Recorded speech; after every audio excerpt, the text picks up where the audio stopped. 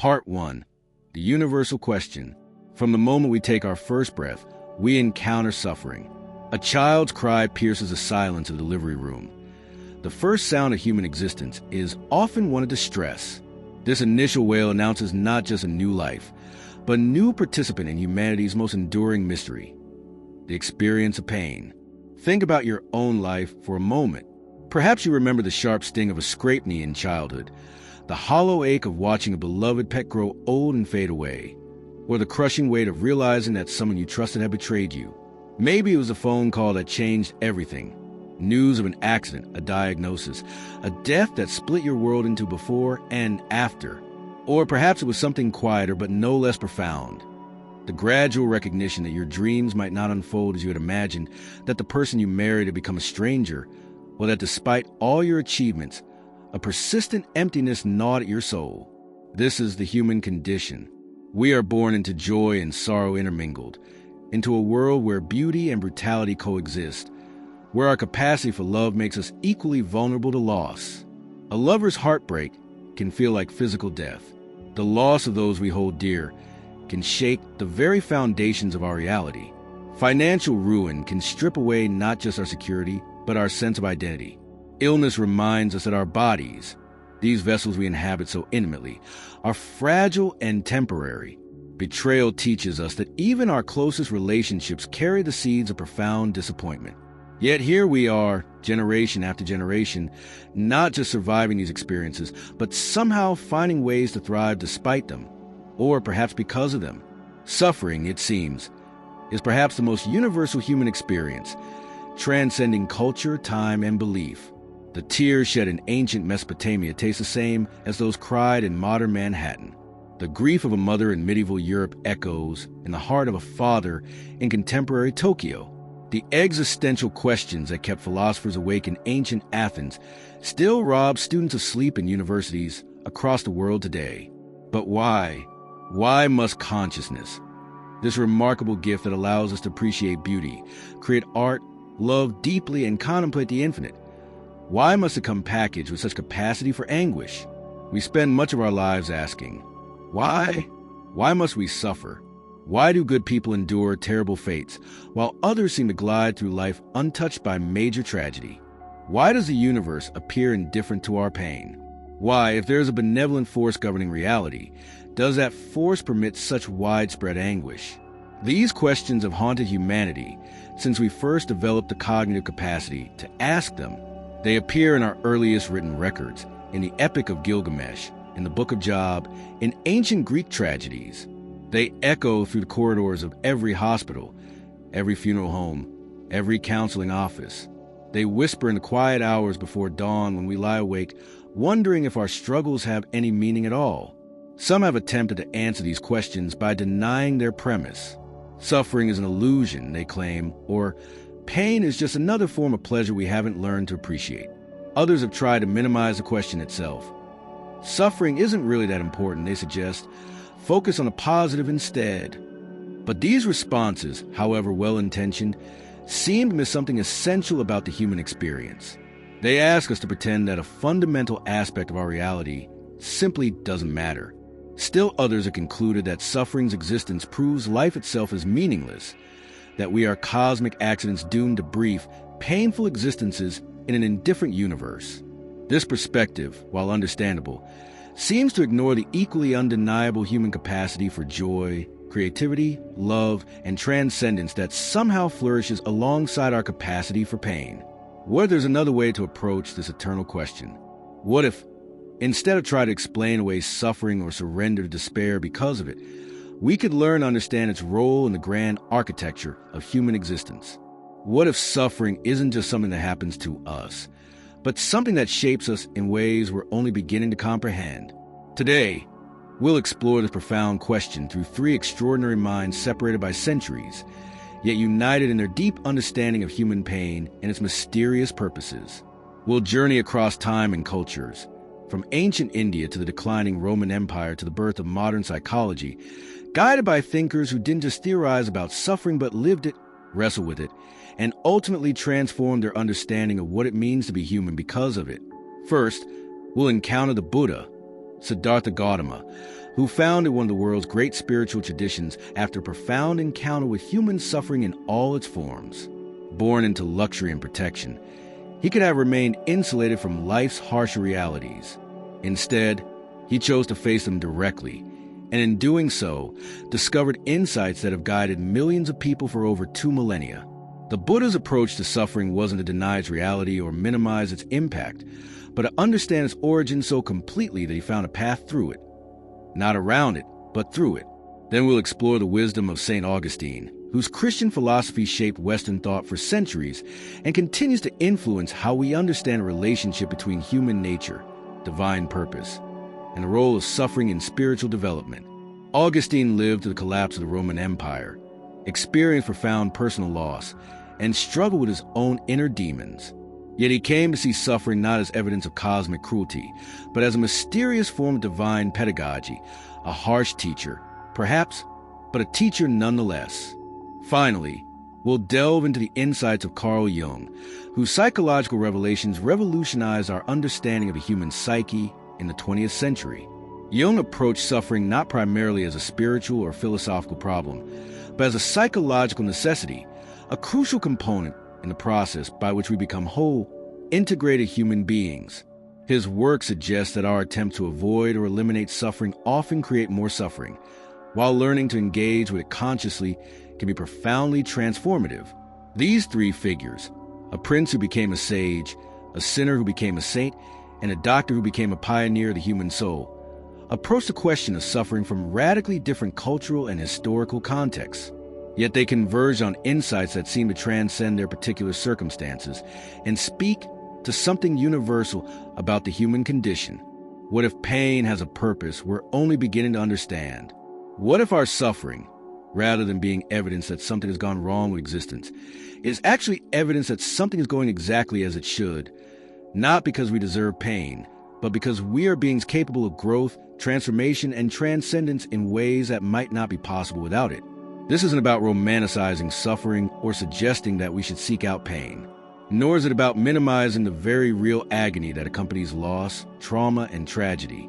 Instead, it's about exploring the possibility that suffering, properly understood and consciously engaged, might serve purposes that extend far beyond our immediate experience of it. Consider how suffering changes us. Think of someone you know who has endured significant hardship and emerged not just intact, but somehow deepened by the experience. Notice how their capacity for empathy has expanded, how their appreciation for simple joys has intensified, how their understanding of what really matters is clarified. This transformation doesn't happen automatically. It requires a particular kind of engagement with pain, a willingness to let it teach rather than merely torment. Or consider how suffering connects us. In moments of deepest anguish, we often discover that we are not as alone as we thought. Others have walked similar paths, felt similar pain, asked similar questions. Our individual suffering becomes a bridge to universal human experience, a reminder that beneath all our surface differences, we share this fundamental vulnerability that makes us recognizably, beautifully, tragically human. Perhaps most mysteriously, consider how suffering often coincides with breakthrough. Many of history's greatest artistic achievements, spiritual insights, and social advances have emerged from periods of profound difficulty. This doesn't mean that suffering automatically produces wisdom. Many people suffer without apparent growth or benefit, but it does suggest that there might be something about the experience of being broken open by life that, under certain conditions, can lead to forms of understanding and compassion that might not be accessible any other way. As we embark on this exploration together, we're not seeking easy answers or comfortable platitudes. We're not trying to explain away pain or pretend that understanding its purpose makes it hurt any less. Instead, we're engaging in one of humanity's oldest and most important conversations, the search for meaning in the face of unavoidable difficulty. The Buddha, St. Augustine, and Carl Jung didn't solve the problem of suffering. No one has. But they each discovered ways of relating to suffering that transformed not just their own lives, but the lives of countless others who have followed their teachings. Their insights won't eliminate pain from your life, but they might help you find within that pain a doorway to depths of wisdom, compassion, and connection that you never knew existed. So let us begin this journey together. not as those of all the answers, but as fellow travelers on the ancient human path of trying to understand what it means to be conscious beings in a world where consciousness comes at the cost of vulnerability. Let's explore what these great minds discovered about the role of suffering in the magnificent, terrible, beautiful project of becoming fully human. The question, why do we suffer, has echoed through every generation. Today, we join our voices to that eternal inquiry, knowing that in asking it thoughtfully and honestly, we participate in one of the most essentially human activities, the search for meaning in the midst of mystery. Part 2, Buddha, the First Noble Truth. Over 2,500 years ago, in the foothills of the Himalayas, a prince named Siddhartha Gautama lived in luxury that most of us can barely imagine. His father, King Suddhodana, had constructed an entire world designed to shield his son from suffering. The palace walls enclosed not just magnificent gardens and golden halls, but a carefully curated reality where pain, old age, sickness, and death were forbidden from entering. Servants were instructed to remove any wilted flowers before the prince could see them. The elderly and infirm were kept away from the sight. Even the seasons were managed to present only their most beautiful aspects to the young heir. But human consciousness has a way of seeking truth, even when that truth is painful. Despite his father's efforts, curiosity eventually led Siddhartha beyond the palace walls on what Buddhist tradition calls a foresights, encounters that would crack open his protected worldview and set him on a path that would transform not just his own understanding, but the spiritual landscape of humanity forever. First, he encountered old age, an elderly man, bent and frail, struggling to walk. The prince had never seen the ravages of time written so clearly on a human body. His charioteer explained that this fate awaited all who lived long enough, that the strong limbs and clear mind Siddhartha possessed were temporary loans from an uncertain universe. The second sight was sickness, a person racked with disease, body twisted by pain, face contorted by suffering.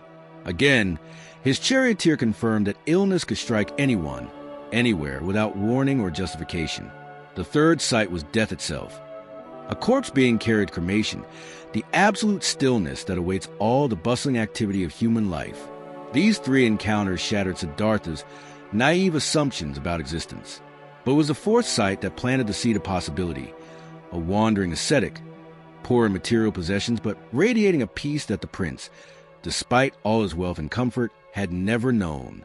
Here was someone who had faced the reality of suffering directly and found something beyond it, not by hiding from life's difficulties, but by understanding them so completely that they no longer had the power to create despair. This encounter launched Siddhartha on his own spiritual quest. He left behind his palace, his wife, his newborn son, everything that represented security and conventional happiness, to seek understanding of suffering's nature and meaning. For 6 years, he practiced extreme asceticism, nearly starving himself to death in the belief that punishing the body would lead to spiritual insight. But he discovered that neither indulgence nor self-torture provided the answers he sought. It was only when he found the middle way, a balanced approach that neither rejected the body nor surrendered to its every desire, that he achieved a profound awakening that would earn him the title Buddha, meaning the awakened one. Under the Bodhi tree, after a night of deep meditation, he arrived at insights that would become the foundation of one of the world's great spiritual traditions. The Buddha's first noble truth is dukkha, usually translated as suffering, though the word carries nuances that our English term cannot fully capture. Dukkha encompasses not just obvious pain and distress, but more subtle sense of unsatisfactoriness that permeates all conditioned existence. But this isn't pessimism, it's profound realism. The Buddha wasn't teaching that life is only suffering, but that suffering is an inescapable aspect of the human condition that we must understand rather than deny. Birth is suffering, the Buddha taught, and anyone who has witnessed childbirth or remembered their own entry into the world understands this truth. We emerge from the safety of the womb into a world of overwhelming sensations, vulnerability, and separation.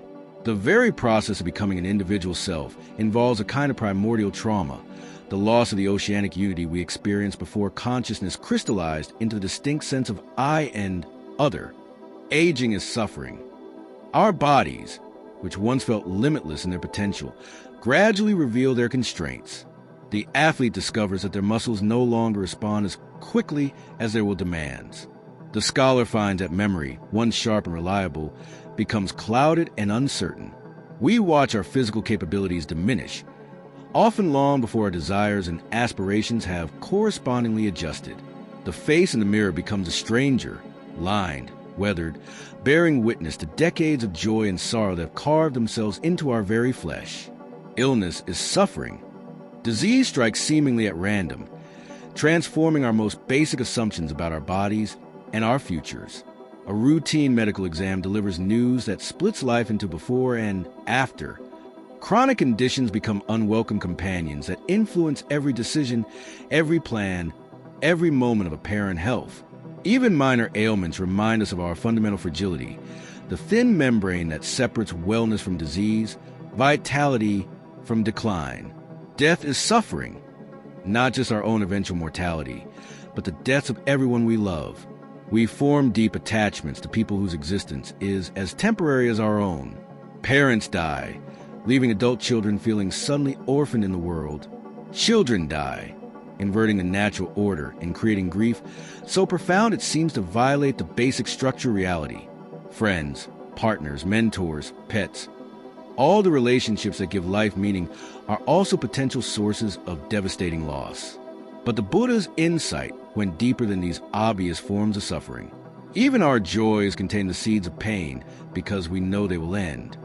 This is perhaps the most psychologically sophisticated aspect of the first noble truth. We don't suffer only when bad things happen. We suffer in anticipation of their happening. And we suffer even during good times because of our awareness that they cannot last. Consider a perfect moment. Holding your newborn child, watching a stunning sunset with someone you love, achieving a long-sought goal, experiencing a spiritual breakthrough that seems to connect you with something infinite.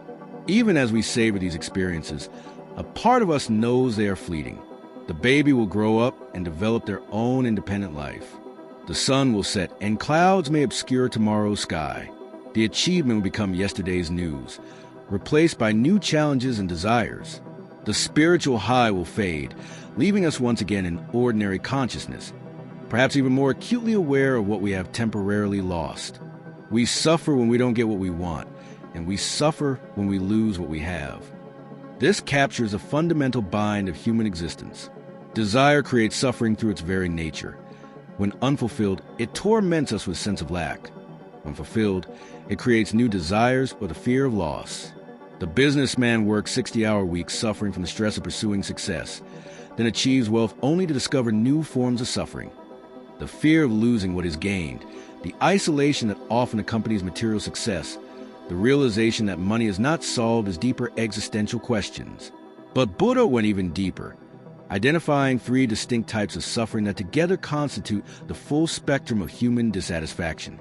The first type, dukkha dukkha, includes obvious pain, distress, and trauma, the suffering we readily recognize as suffering. This encompasses everything from physical pain and emotional anguish to grief, fear, anger, and despair. Most people acknowledge this form of suffering and spend considerable energy trying to avoid or minimize it. The second type, viparinama dukkha, is the suffering of change and impermanence. This is more subtle and often unrecognized. It includes the sadness that accompanies even positive changes, the melancholy of graduation day, the bittersweet nature of watching children grow independent, the sense of loss that can accompany promotion to a new job or moving to a new city. We suffer not because these changes are inherently negative, but because they represent the constant flux that characterizes all conditioned existence. Nothing remains the same, and our attempt to freeze moments of happiness or avoid inevitable transitions create a persistent undercurrent of unease. The third and most profound type is sankhara dukkha, the suffering of existence itself, the restless dissatisfaction that pervades human consciousness, even in moments of apparent happiness.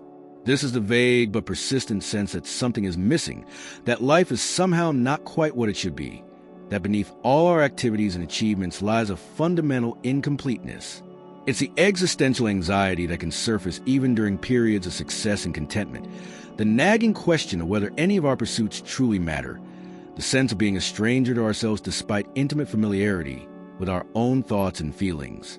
This third type of suffering might manifest as the successful executive who wakes up one morning wondering why their accomplishments feel so empty, or the parent who loves her family deeply but still experiences moments of profound loneliness, or the spiritual seeker who has read every book and attended every workshop but still feels disconnected from the peace they seek. It's not that anything is dramatically wrong. It's that something fundamental seems missing, some essential piece of the puzzle that would make existence feel complete and satisfying. The Buddha's genius lay in recognizing that this pervasive dissatisfaction isn't a bug in the human system. It's a feature. It's not evidence that we're doing life wrong, but rather a natural consequence of the way consciousness itself operates. We are beings capable of imagining perfection while living in an imperfect world. Creatures who can conceive of permanence while inhabiting temporary bodies. Minds that can envision infinite happiness while experiencing finite pleasures. This insight transforms our relationship to suffering from frustrated confusion to compassionate understanding. When we recognize dukkha as a basic characteristic of conditioned existence rather than a personal failing or cosmic mistake, we can begin to work with it skillfully rather than exhaust ourselves fighting against it. The Buddha wasn't teaching that we should become passive in the face of suffering or that all attempts to improve our circumstances are futile. Rather, he was pointing out that as long as we believe that the right combination of external conditions will finally provide lasting satisfaction, we will remain trapped in cycles of craving and disappointment. The palace walls that protected Prince Siddhartha's early years were not just physical barriers. They represent the psychological defenses we construct to avoid facing the basic facts of existence. But here's what makes the Buddha's teaching ultimately hopeful rather than depressing. By fully accepting the first noble truth, we create the foundation for genuine transformation. When we stop wasting energy pretending that life should be other than it is, we can begin to investigate how our own minds contribute to our suffering and, potentially, to its cessation. The recognition of dukkha isn't the end of the Buddha's teaching. It's the beginning. Just as a skilled physician must first accurately diagnose a condition before prescribing effective treatment, the Buddha insisted that we must first clearly see the nature of our existential situation before we can find a way beyond it. The first noble truth doesn't trap us in suffering. It liberates us from the additional suffering we create through denial, resistance, and unrealistic expectations. In acknowledging that life contains suffering as surely as it contains breathing, we begin to develop what Buddhists call right view, a perspective that allows us to navigate difficulties with wisdom rather than adding the extra burden of resentment against reality itself. This is a foundation upon which all further spiritual development rests, the honest, clear-eyed recognition of what we're actually working with as human beings. From this foundation of radical honesty about the human condition, the Buddha would go on to reveal not just why we suffer, but how we can transform our relationship to suffering in ways that lead to profound freedom and peace. But that transformation begins here, with the courage to look directly at what we might prefer to avoid. The unavoidable reality that to be human is to be acquainted with suffering in all its forms. Part 3. Buddha, the root of suffering. Having established that suffering is an inescapable aspect of human existence, the Buddha faced an even more challenging question. Why? If suffering is so universal, so deeply woven into the fabric of conscious experience, what causes it?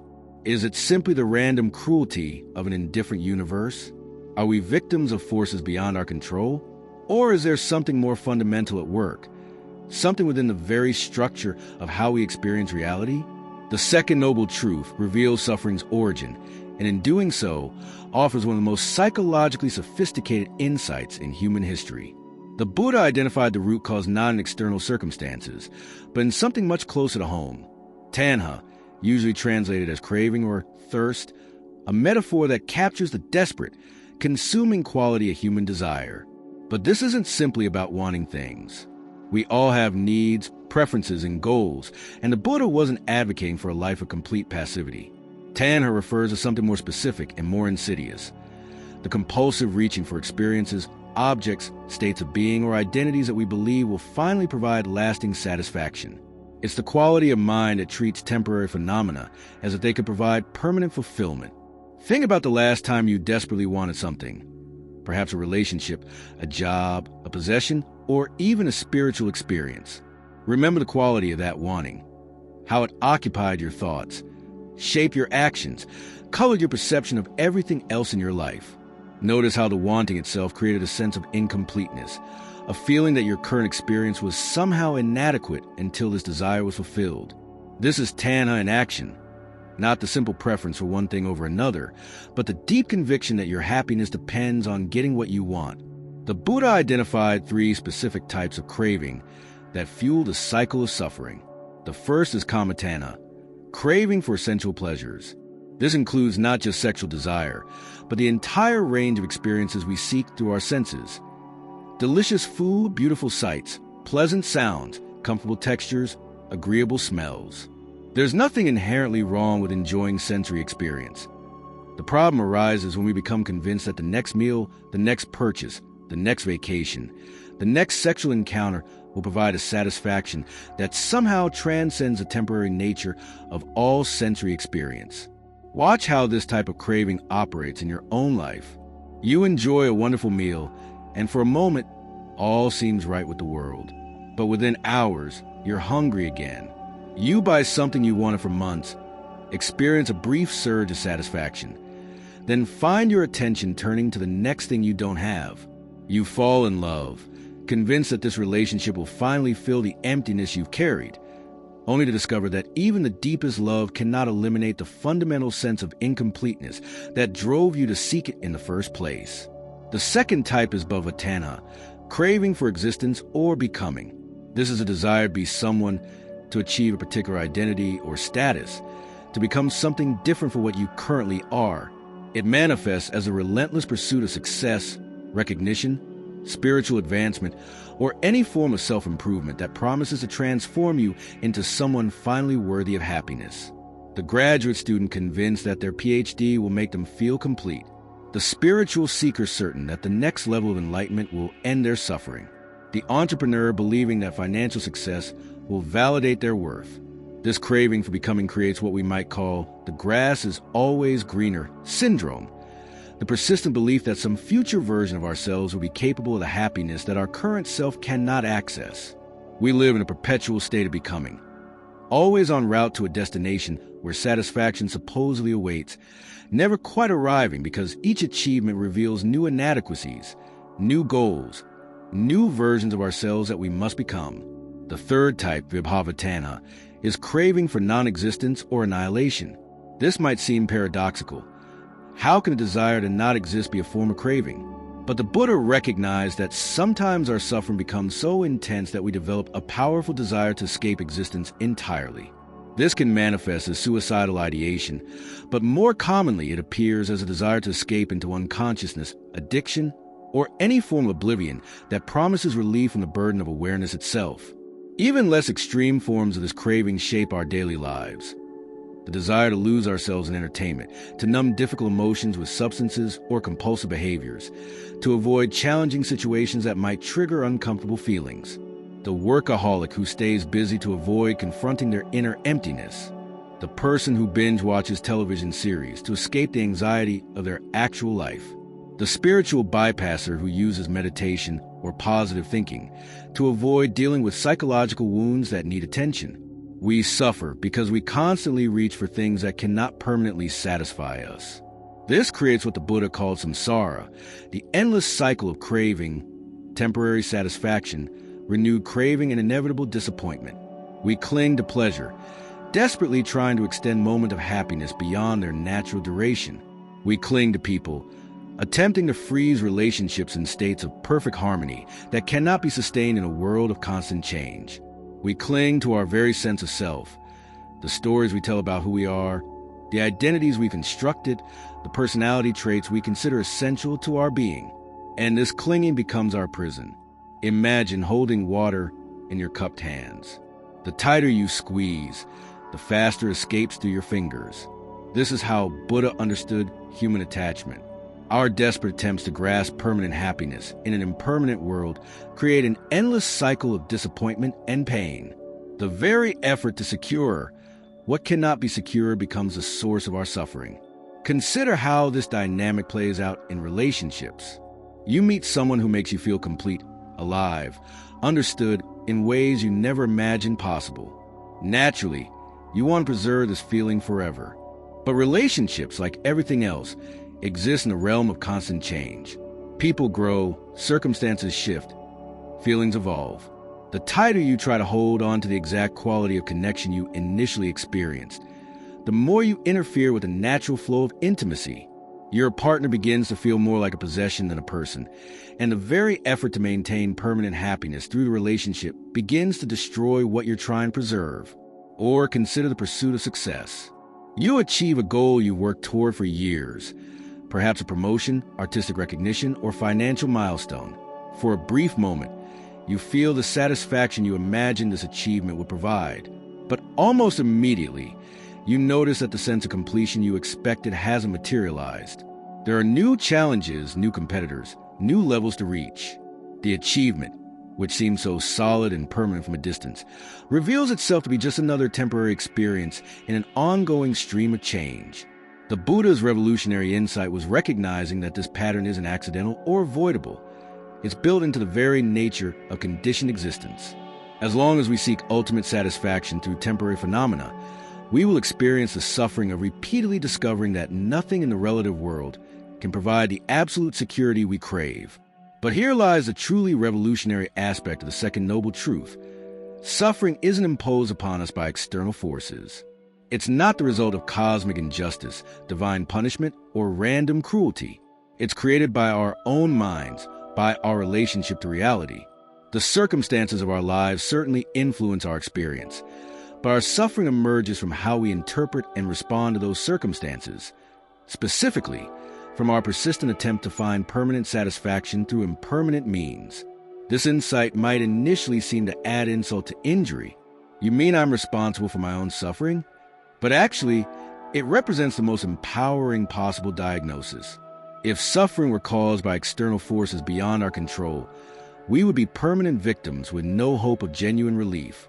But if suffering arises from our own mental processes, from patterns of thinking and relating that we can observe and potentially transform, then liberation becomes possible.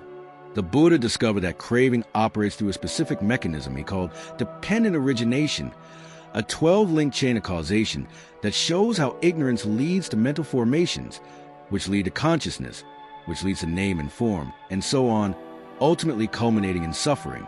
While this teaching can be quite technical, its essential insight is that our suffering doesn't arise randomly, but follows predictable patterns based on how we interpret and respond to our experience. At the heart of this process is what Buddhists call avidya, or ignorance, not the lack of intellectual information, but more fundamental misunderstanding about the nature of reality. We mistake temporary phenomena for permanent sources of security. We treat the constantly changing stream of mental and physical experiences as if it constituted a solid, continuous self. We believe that happiness can be achieved by manipulating external conditions rather than transforming our relationship to whatever conditions arise. This ignorance isn't malicious. It's simply how untrained consciousness naturally operates. Just as the eye cannot see itself, the mind has difficulty recognizing its own role in creating the suffering experiences. We become so identified with our thoughts, emotions, and reactions that we mistake them for reality rather than recognizing them as interpretations of reality. Consider how you typically respond to physical pain. You don't just experience the raw sensations. You immediately add layers of interpretation. This shouldn't be happening. What if it gets worse? I can't handle this. Why me? These mental additions often create more suffering than the original physical sensations. The pain becomes a problem not just because it's unpleasant, but because it threatens your sense of how life should be. The same process occurs with emotional pain. You experience sadness, and immediately your mind begins generating stories. I should be over this by now. Other people don't struggle like this. If only I were stronger, smarter, more spiritual. The original emotion, which might have moved through your system naturally, becomes trapped and intensified by these additional layers of judgment and resistance. Craving operates through the same mechanism of mental elaboration. You notice an attractive person and experience a moment of appreciation, a natural response. But then the mind begins its commentary. I need to meet them. They could make me happy. My life would be perfect if I were with someone like that. What began as a simple moment of aesthetic appreciation becomes transformed into a complex narrative of lack, need, and potential fulfillment. The Buddha's analysis reveals that we suffer not because we experience desire, but because we don't understand how desire actually works. We mistake the stories our minds create about what we need for accurate descriptions of reality. We confuse the temporary relief that comes from getting what we want with genuine satisfaction. We fail to recognize that each fulfilled desire simply creates space for new desires to arise. But recognition of this process is the beginning of freedom. When you begin to see how your own mind creates suffering through its interpretations and reactions, you develop what Buddhists call right understanding, not intellectual knowledge, but direct insight into how consciousness operates. You start to notice the gap between what actually happens and the stories you tell yourself about what happens. This doesn't mean you stop having preferences or pursuing goals, but you begin to hold your desires more lightly, recognizing them as temporary mental formations rather than ultimate truths about what you need for happiness. You can work toward what you want while remaining open to the possibility that not getting it might also be perfectly acceptable. And what the mind creates, the mind can transform. This is a doorway to the third noble truth, the possibility that suffering can cease, not through changing external circumstances, but through fundamentally transforming our relationship to whatever circumstances arise. The very faculty that creates our suffering through ignorance and craving also contains a potential for wisdom and freedom.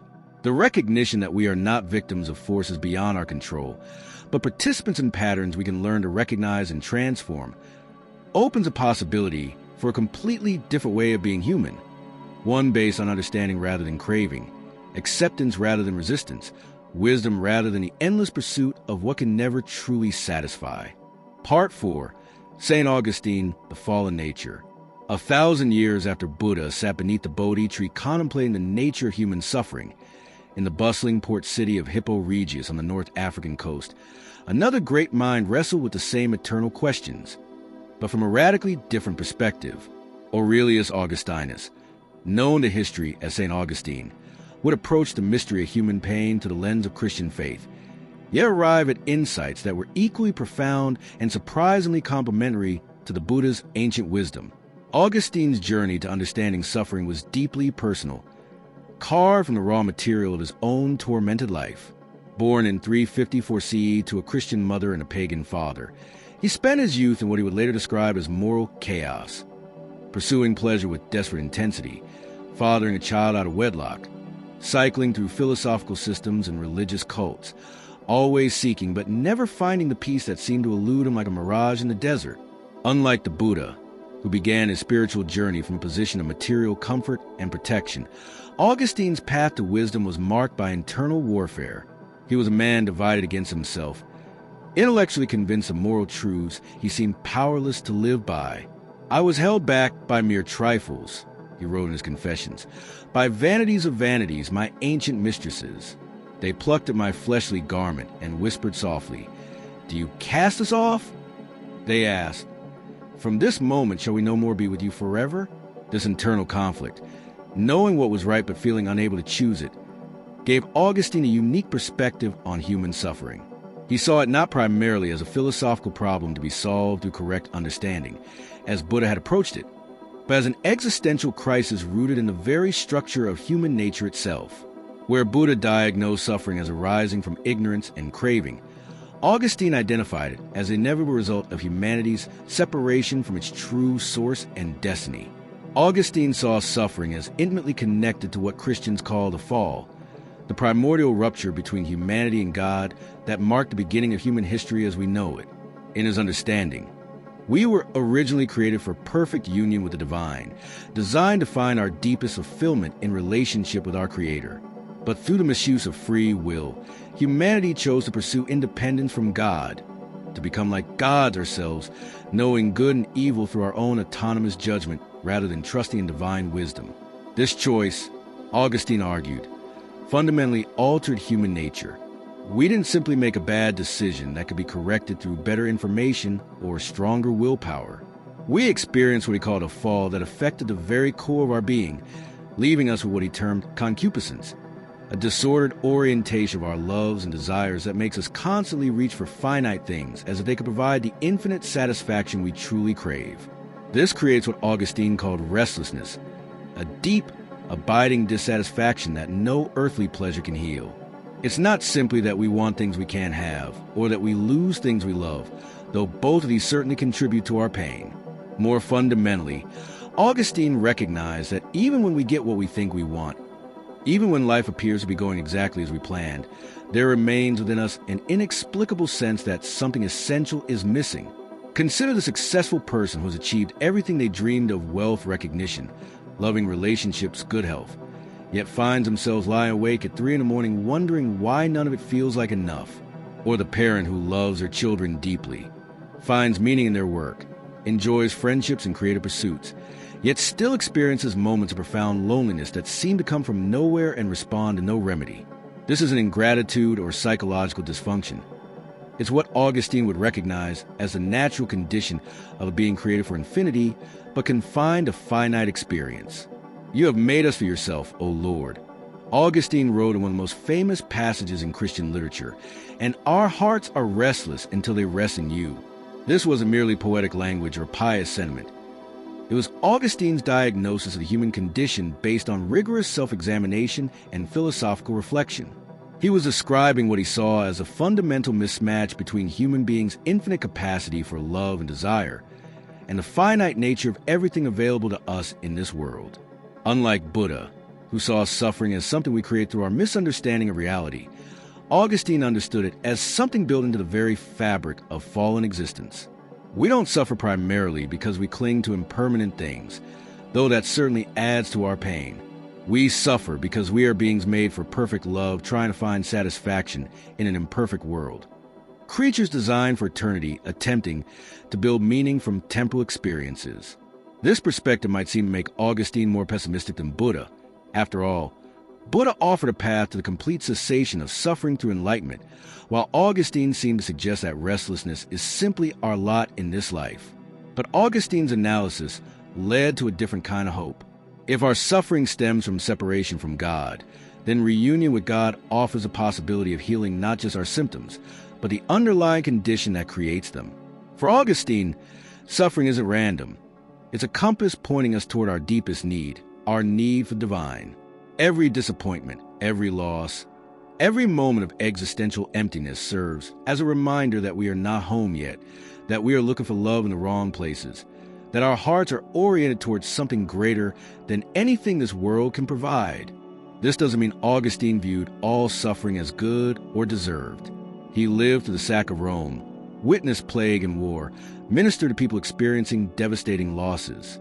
He understood that much suffering appears senseless and cruel from our limited perspective, but he maintained that even apparently meaningless suffering serves a purpose in what he called God's providential plan, a cosmic narrative of redemption in which every pain, properly understood, contributes to the ultimate healing of creation. Augustine's insight into the nature of human desire was remarkably sophisticated for his time. He recognized that we don't simply want particular things. We want nothing more. We're seeking not just satisfaction of our current desires, but a state in which all desire will be perfectly fulfilled. When we fall in love, we don't just want to be with that person. We want a relationship to provide complete and permanent happiness. When we pursue a career, we don't just want a job. We want the work to give our lives ultimate meaning and purpose. But finite things, no matter how wonderful, cannot bear the weight of infinite expectation. The beloved partner, no matter how perfect, is still a limited human being who cannot fill the God-shaped hole in our hearts. The meaningful career, no matter how fulfilling, still involves mundane tasks and difficult colleagues and institutional limitations that prevent it from becoming the source of complete life satisfaction we secretly hoped it would be. This creates what Augustine saw as a fundamental tragedy of human love in the fallen world. We are beings with infinite capacity for love, but everything we encounter in this life is finite. Our loves are always, in some sense, disordered, not because it's wrong to love finite things, but because we tend to love them as if they were infinite, to expect from them what they cannot possibly provide. Augustine distinguished between what he called enjoying frui and using uti. We should enjoy only God, who is infinite and eternal, capable of satisfying our deepest longings. Everything else in creation, including other human beings, should be used, not in the sense of exploitation, but in the sense of being loved for what they are rather than being asked to be what they cannot be. We can love our spouses, our children, our friends, our work, our creative projects, but we must love them as finite goods that point us toward infinite good, not as ultimate sources of meaning themselves. This framework helps explain why even our most beautiful experiences often carry within them a note of sadness. The parent watching their child graduate doesn't just feel pride and joy, but also a poignant awareness of time's passage and inevitable changes ahead. The couple sharing a perfect evening doesn't just feel contentment, but also a subtle anxiety about preserving this moment against the forces of change and loss. The artist creating something beautiful doesn't just feel satisfaction, but also a longing for the work to capture something ineffable that always seems to escape final expression. Augustine would say this melancholy isn't a sign that something is wrong with these experiences, but rather evidence that they are working exactly as they should, awakening our desire for something beyond themselves, reminding us that we are made for more than even the most beautiful finite experiences can provide. But Augustine's understanding of suffering went beyond individual psychology to encompass what we might call the social dimension of the fall. He recognized that our separation from God inevitably leads to separation from one another. When human beings are not properly ordered to their ultimate end, they become disordered in their relationships with each other. We become competitors rather than collaborators, seeking to use others for our own satisfaction rather than loving them for their own sake. This creates what Augustine called the city of man. Human societies organize around the love of self to the point of contempt for God and others. In such societies, suffering is not just an individual experience, but a collective reality. We create systems of oppression, engage in warfare, exploit the vulnerable, damage the environment, all because we are beings who have lost sight of our true purpose and are desperately trying to create meaning and security through our own efforts. Yet Augustine also envisioned the possibility of the city of God, communities of people who have remembered their true orientation and are learning to love finite things properly because they have rediscovered their love for the infinite. In such communities, suffering doesn't disappear, but it is transformed. It becomes an opportunity for growth and compassion, a chance to practice the kind of love that seeks the good of others even at cost of oneself, a participation in a redemptive suffering that Augustine believed God uses to heal the world. This led Augustine to one of his most profound insights, that suffering can be redemptive, not just personally but cosmically. When we unite our suffering to the suffering of Christ, when we allow our pain to open our hearts to the pain of others rather than closing us off in self-protection, when we use our struggles as opportunities to grow in virtue and wisdom, we participate in what Augustine saw as God's ongoing work of healing creation. This doesn't mean that all suffering is good or that we should seek it out. Augustine was not a masochist, and he worked tirelessly to alleviate unnecessary suffering wherever he encountered it. But he believed that when suffering comes, as it inevitably does to every human life, it can be transformed from pure loss into a strange kind of gift, an opportunity for the kind of spiritual growth that might not be possible any other way. Augustine's perspective offers a radically different response to suffering than Buddha's, yet both arrive at the recognition that our pain often stems from expecting finite things to provide infinite satisfaction. Buddha's solution is to see through the illusion of the separate self that creates craving. Augustine's solution is to remember our true identity as beings created for union with the infinite God. Both recognize that transformation of consciousness, rather than mere change of circumstances, is a key to addressing suffering at its root. For Augustine, the ultimate answer to human suffering wasn't philosophical understanding or spiritual technique, but divine grace, the unmerited love of God that meets us in our brokenness and gradually heals the separation that creates our restlessness. This healing happens not by eliminating our capacity for infinite desire, but by redirecting it toward its proper object. Our hearts remain restless, but now they are restless in the right direction, oriented toward the only source of satisfaction that can match their infinite capacity for love. Part 5. Augustine, Suffering as Purification. Augustine didn't see suffering as punishment, but as medicine. This distinction is crucial for understanding his revolutionary approach to human pain and its purpose in the divine economy of salvation. Where many of his contemporaries viewed suffering as either random misfortune or divine retribution for sin, Augustine developed a far more nuanced understanding that would reshape Christian thinking for centuries to come. Like a surgeon's knife that wounds in order to heal, Augustine recognized that suffering strips away our illusions and reveals what truly matters.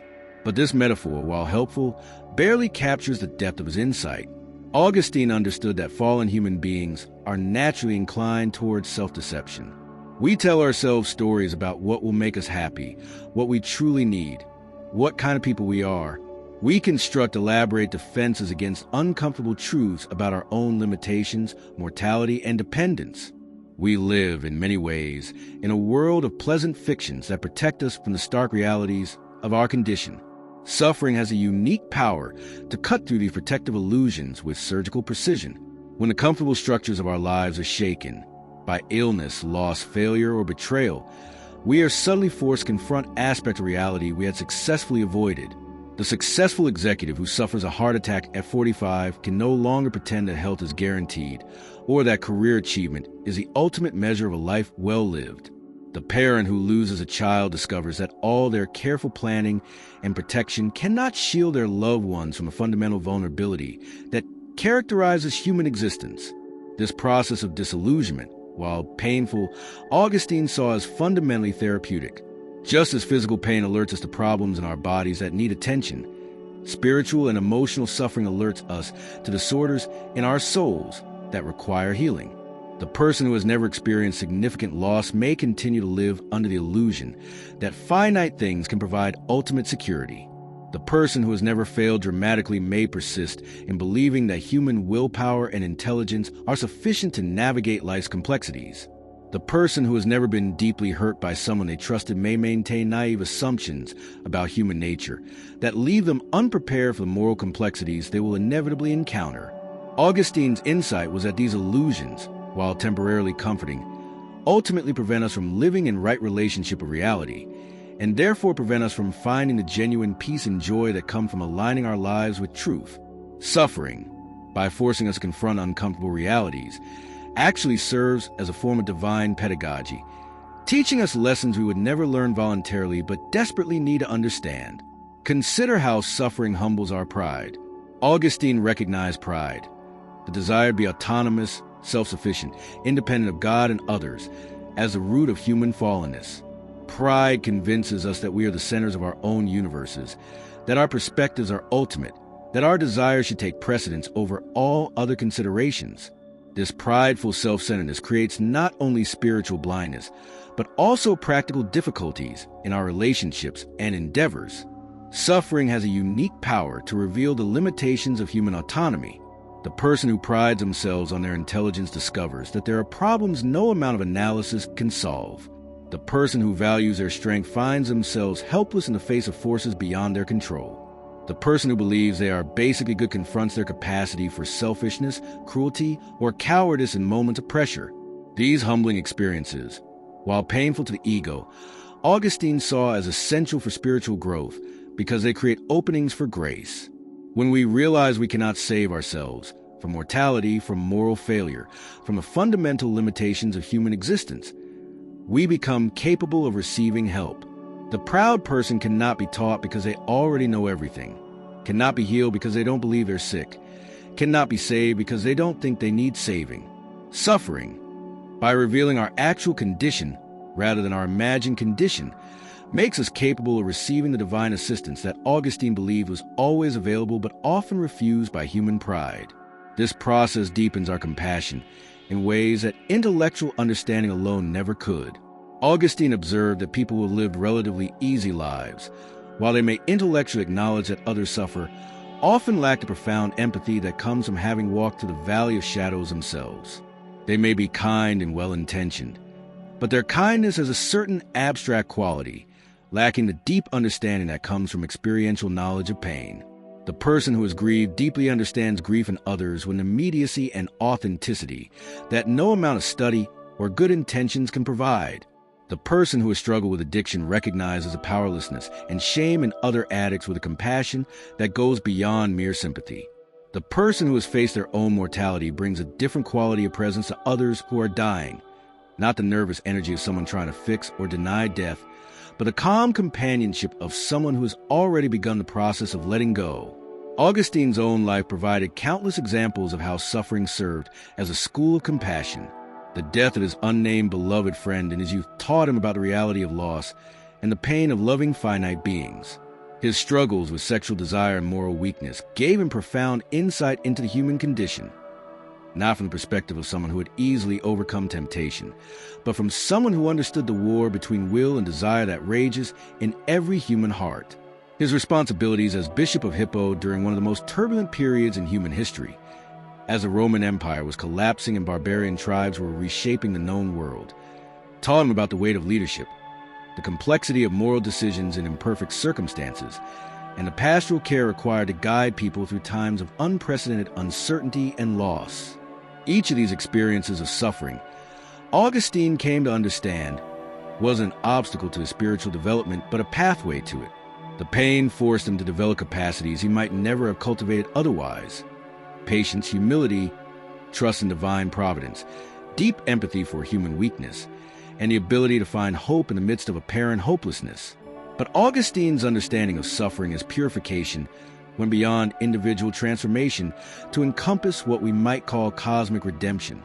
He believed that when we allow our suffering to teach us rather than simply embitter us, when we let our pain open our hearts rather than close them, we participate in God's ongoing work of healing creation itself. This is where Augustine's theology becomes most profound and most difficult to grasp from our contemporary perspective. He believed that the suffering of good people, particularly the suffering they willingly accept rather than fight against, somehow contributes to the divine work of redemption. When we unite our suffering to the suffering of Christ, when we offer our pain not as a bitter complaint against the universe, but as a kind of prayer, we participate in the mysterious process by which God brings good out of evil, light out of darkness, life out of death. This doesn't mean Augustine advocated for seeking out unnecessary suffering or remaining passive in the face of injustice. He worked tirelessly to alleviate suffering where possible and spoke forcefully against systems of oppression. But he recognized that some suffering is unavoidable in a fallen world, and when such suffering comes, it can be transformed from pure loss into a strange kind of gift, not because the suffering itself is good, but because of what it makes possible in those who receive it with faith and hope. Augustine's own experience of writing during the fall of Rome provided a powerful example of this principle. As the world he had known crumbled around him, as refugees flooded into his city, as the certainties of Roman civilization proved to be illusions, he could have succumbed to despair or cynicism. Instead, he used this period of collective suffering to write some of his greatest works, including The City of God, which provided a theological framework for understanding how divine purposes could be working even in apparent civilizational collapse. The suffering of watching his world end forced Augustine think more deeply about the nature of human societies, the meaning of history, and the ultimate destiny of creation.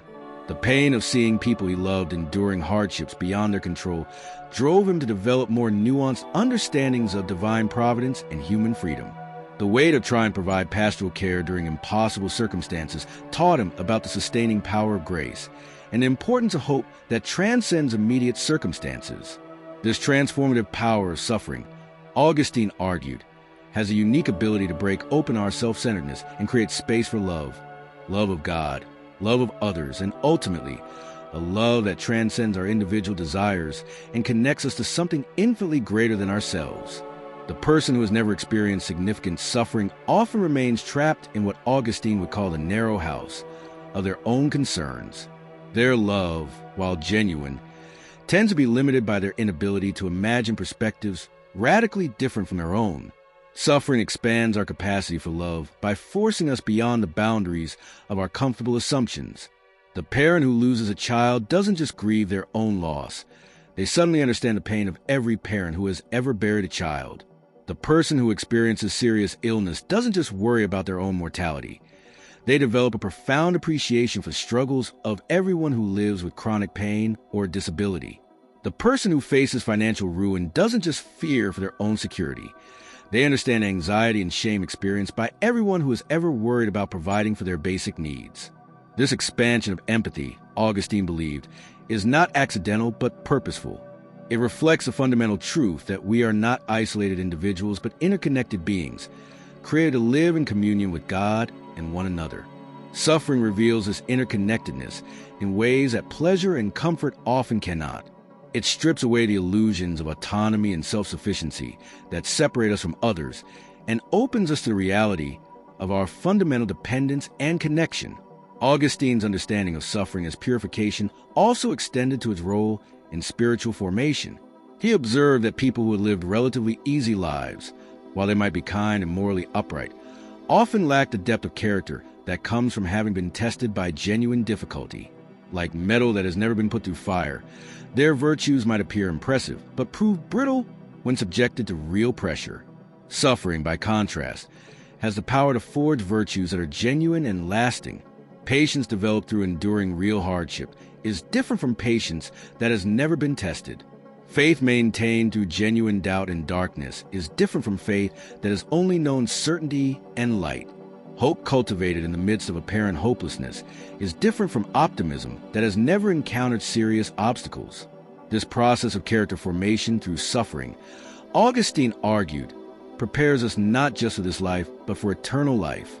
The virtues we develop through engaging consciously with our pain become permanent features of our character, contributing to the kind of persons we are becoming through the journey of existence.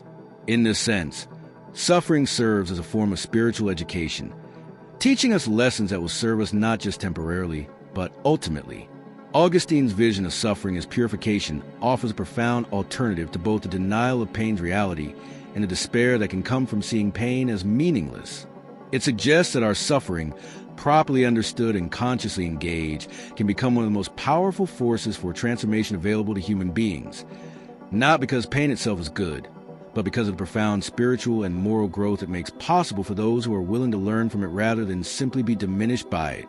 This understanding doesn't eliminate the mystery of why suffering exists or make it hurt any less when it comes, but it offers a framework for engaging with pain that can transform it from pure loss into a profound opportunity for growth in wisdom, compassion, and ultimately, in the kind of love that Augustine believed was both our deepest need and our ultimate destiny. Part 6. Carl Jung, the Shadow and Individuation.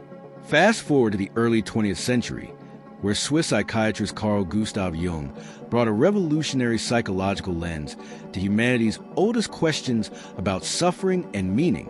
Working in the aftermath of World War I, witnessing the collapse of old certainties and the emergence of new forms of psychological understanding, Jung discovered something that would fundamentally change how we think about human development. Suffering isn't just spiritual or philosophical. It's psychologically necessary for becoming a complete human being. Jung's journey to this insight was deeply personal and professionally risky. As a young psychiatrist working with patients suffering from what was then called dementia praecox, now known as schizophrenia, Jung noticed patterns in their delusions and hallucinations that seemed to mirror ancient mythological themes. This observation led him to propose that the human psyche contained not just personal memories and experiences, but also what he called the collective unconscious, a deeper layer of psychological material shared by all humanity. But Jung's most radical insight came from his own psychological crisis. In 1913, at the height of his career, he experienced what he called his confrontation with the unconscious, a period of intense psychological turmoil that lasted several years. He had vivid fantasies, disturbing dreams, and moments when he questioned his own sanity. A conventional approach might have seen this as a breakdown to be cured as quickly as possible. But Jung chose to engage with his psychological chaos consciously, recording his experiences in what will become known as the Red Book. Through this painful process, Jung discovered that what appeared to be psychological disintegration was actually psychological reorganization. The crisis forced him to confront aspects of his personality he had previously ignored or denied. It revealed creative potentials he hadn't known existed. Most importantly, it taught him that the psyche has an inherent tendency toward wholeness, what he called individuation. But this process requires facing and integrating part of ourselves we would prefer to avoid. This led Jung to one of his most important concepts, the shadow. Unlike the Buddha's focus on craving or Augustine's emphasis on separation from God, Jung identified a primary source of humans suffering in our tendency to reject parts of ourselves. The shadow consists of all the qualities, impulses, emotions, and potentials that we cannot accept as part of our conscious self-image. These might include anger in someone who sees themselves as always kind, sexual desires in someone committed to purity, selfish impulses in someone who prides themselves on generosity, or creative yearnings in someone who has defined themselves solely through rational achievement. These rejected aspects don't simply disappear when we refuse to acknowledge them. Instead, they accumulate in what Jung called the personal unconscious, where they continue to influence our behavior in ways we don't recognize. Even more problematically, we tend to project these disowned parts of ourselves onto others, creating conflicts and suffering that seem to come from external sources, but actually originate in our internal fragmentation. Consider the person who prides themselves on being reasonable and controlled, but has never acknowledged their capacity for irrational passion. They may find themselves repeatedly attracted to partners who are emotional and unpredictable, then spend years trying to change these partners or feeling frustrated by their excessive emotionality. What they don't recognize is that they're trying to live their own emotional life through someone else, rejecting in their partner the very qualities their psyche is trying to integrate. Or think about the individual who has defined themselves as a victim of others' aggression, never acknowledging their own capacity for cruelty or manipulation. They may find themselves in repeated conflicts where they feel persecuted and misunderstood, not recognizing how their own unconscious aggression contributes to these dynamics. The very qualities they most despise in others often represent aspects of themselves they refuse to own. Jung discovered that much of our psychological suffering comes from this war within ourselves. The energy we expend maintaining the fiction that we are only our conscious ego, the conflicts we create by projecting our disowned parts onto others, and the creative potential we lose by keeping significant portions of our personality locked away in the unconscious. But Jung's revolutionary insight was recognizing that this internal conflict, while painful, serves a crucial developmental purpose. He saw suffering as the engine of individuation, the lifelong process by which we become whole, integrated human beings rather than merely functional social personas. Every crisis, every loss, every moment of psychological pain presents us with a choice: remain fragmented, maintaining our comfortable but limited self-image, or use the suffering as a catalyst for growth toward greater wholeness. Individuation, for Jung, wasn't just about feeling better or functioning more effectively in society, though these might be byproduct of the process. It was about becoming who we actually are rather than who we think we should be or who others expect us to be.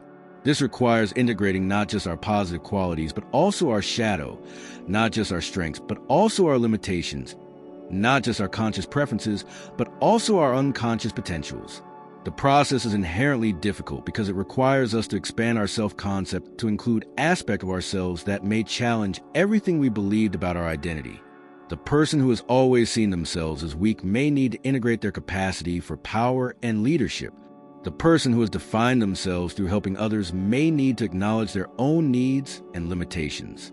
The person who has built their identity around being rational may need to make space for intuition and emotional intelligence. Jung observed that the psyche seems to have its own wisdom about timing these developmental challenges. Often, the shadow material we most need to integrate emerges precisely when we're least prepared to deal with it. During midlife crises, after major losses, in the midst of relationship breakdowns, or following professional failures. These challenging periods, while painful, represent opportunities for psychological growth that might not be available during smoother phases of life. The midlife crisis, which Jung was among the first to identify and describe, provides a perfect example of how suffering serves individuation. Many people reach their 40s or 50s having achieved significant external success, career advancement, financial security, stable relationships, only to find themselves plagued by depression, anxiety, or a pervasive sense that something essential is missing from their lives. From a conventional perspective, this might seem like ingratitude or self-indulgence.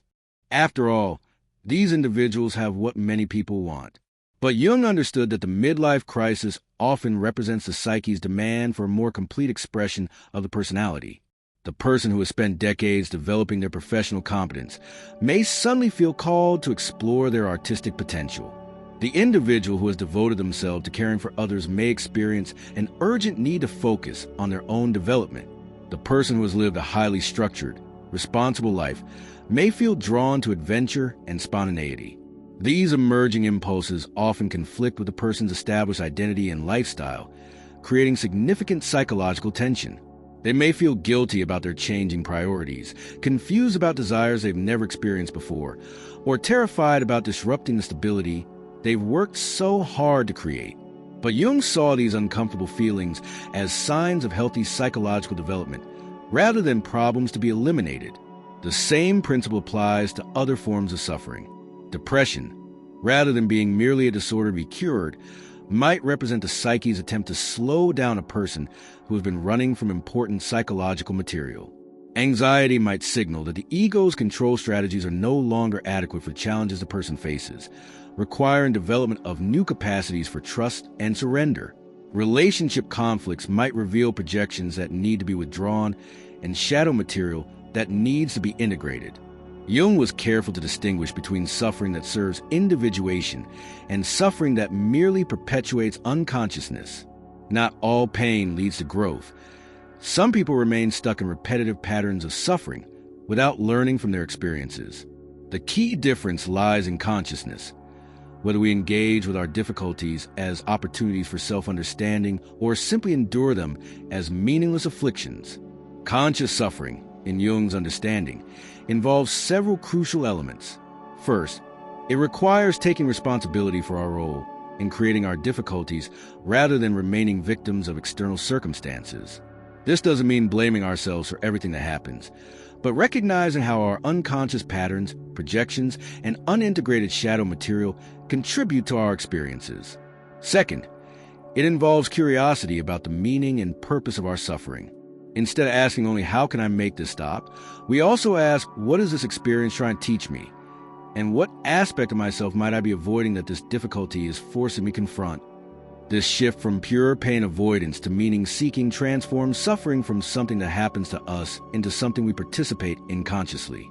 Third, conscious suffering requires what Jung called holding the tension of the opposites. Rather than rushing to resolve psychological conflicts by choosing one side over another, we learn to tolerate the discomfort of containing contradictory aspects of ourselves. The person struggling with a decision between security and adventure learns to hold both values without immediately choosing one or the other. The individual torn between their need for independence and their desire for connection learns to honor both impulses while finding creative ways to satisfy each. This capacity to hold tension without premature resolution allows new possibilities to emerge. What Jung called it the transcendent function.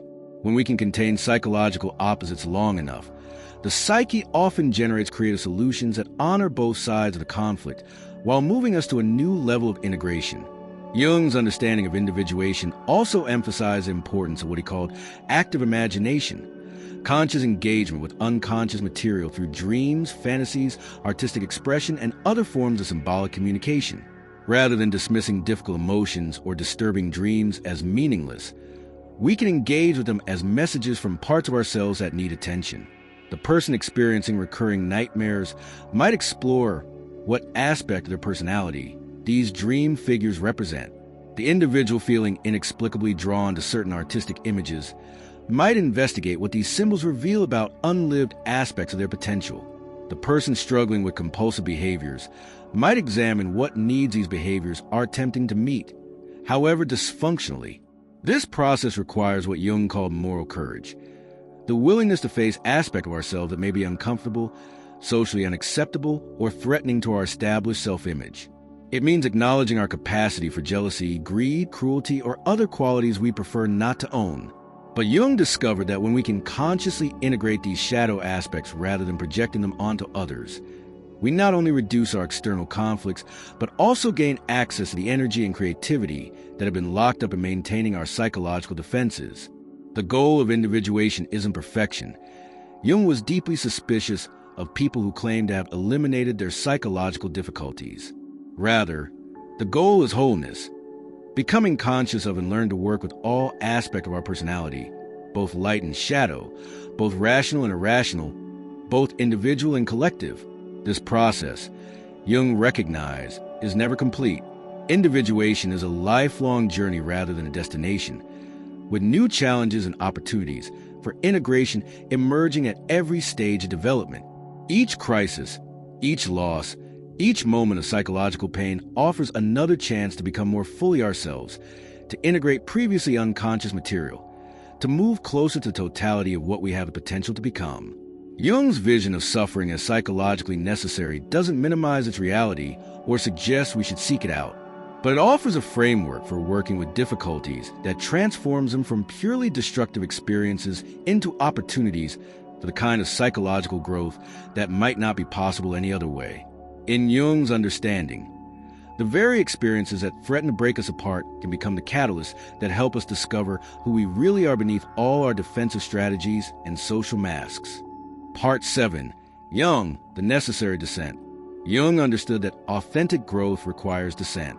This insight, perhaps more than any other, distinguishes approach from the prevailing optimism of both his era and our own. While contemporary culture often promotes the idea that we can think our way to happiness, visualize our way to success, or simply focus on the positive to transform our lives, Jung recognized that genuine psychological development demands something far more challenging. We must journey into our own darkness, face our fears, our failures, our capacity for harm. This isn't masochistic. It's what Jung called courageous integration. We cannot become whole by embracing only our light side, by cultivating only our virtues, by acknowledging only our strengths. Wholeness, by definition, includes everything, not just the qualities we're proud of, but also the impulses we're ashamed of, not just our successes, but also our failures, not just our love, but also our hate, not just our wisdom, but also our foolishness. Jung's understanding of the necessity of descent was deeply influenced by his study of mythology, alchemy, and world religions. Across cultures and throughout history, he noticed a recurring motif of the hero's journey into the underworld. Odysseus visiting Hades, Dante descending to the circles of hell, Jesus spending 3 days in the tomb, Persephone's time in the realm of the dead. These weren't just literary devices or theological metaphors. Jung recognized them as maps of psychological transformation, descriptions of the process every person must undergo to achieve genuine maturity and wisdom. But what does this descent look like in practical terms for a modern person living an ordinary life? It might begin with what Jung called the dark night of the soul, a period of depression, anxiety, or existential emptiness that seems to come from nowhere and resist all conventional remedies. The successful businessman who wakes up one morning unable to find meaning in achievements that once motivated him. The devoted parent whose children have left home, leaving them feeling purposeless and unknown to themselves. The religious person whose faith suddenly feels hollow and empty, despite years of sincere devotion. Traditional approaches to such difficulties often focus on restoration, helping the person return to their previous level of functioning as quickly as possible. But Jung observed something remarkable in his clinical practice. Those patients who were willing to stay with their dark experiences, to explore them rather than simply escape them, often emerged from their difficulties not just restored but fundamentally transformed. They had discovered aspects of themselves they never knew existed, developed capacities they didn't know they possessed, and found sources of meaning they couldn't have accessed without the descent into darkness. Jung observed that many of his patients' symptoms weren't diseases to be cured, but calls to transformation that had been ignored. The anxiety that wouldn't respond to conventional treatment might be the psyche's way of signaling that the person's current life structure was too narrow to contain their full potential. The depression that seemed to have no external cause might represent the natural death of an outdated identity, making space for something new to be born. The compulsive behaviors that cause such shame and confusion might be misdirected attempts to satisfy legitimate psychological needs that weren't being met through conscious channels. Consider the case of a middle-aged woman who came to Jung suffering from severe anxiety and what appeared to be agoraphobia, an inability to leave her house without experiencing panic attacks. Traditional treatment might focus on managing her symptoms, helping her gradually expand her range of activities, or exploring childhood trauma that might have created her fears. But Jung discovered something different. This woman had spent her entire adult life caring for others, her husband, her children, her aging parents, and had never developed any sense of who she was as an individual apart from her caregiving role. Her anxiety, rather than being simply a disorder, was her psyche's way of forcing her to stop, to turn inward, to finally pay attention to the aspect of herself she had neglected for decades. The panic attacks that prevented her from leaving the house were also creating the first space in her adult life where she was forced to be alone with herself, to confront the question of who she was when she wasn't taking care of someone else. Through the process of exploring her anxiety rather than simply trying to eliminate it, she discovered creative talents she had abandoned in childhood, intellectual interests she had never pursued, and aspects of her personality that had been dormant for years. The descent into her fear became a journey toward discovering her authentic self. Not the self defined by her relationships and responsibilities, but the self that existed prior to and beyond all her social roles. This pattern, psychological symptoms as invitations to deeper self-discovery, appeared repeatedly in Jung's work. The man suffering from inexplicable rage discovers that his anger is actually healthy assertiveness that has been suppressed for so long it can only emerge in destructive forms. The woman plagued by jealousy learns that her envy is pointing toward unlived aspects of her own potential that she had projected onto others rather than developing within herself. The person struggling with addiction realizes that their compulsive behavior represents a spiritual hunger that has been misdirected towards substances or activities that can never truly satisfy it. The key to transformation, Jung discovered, lay not in eliminating these difficult experiences, but in understanding their deeper purpose. This required what he called staying with the tension, resisting the natural impulse to escape discomfort through distraction, medication, or premature action.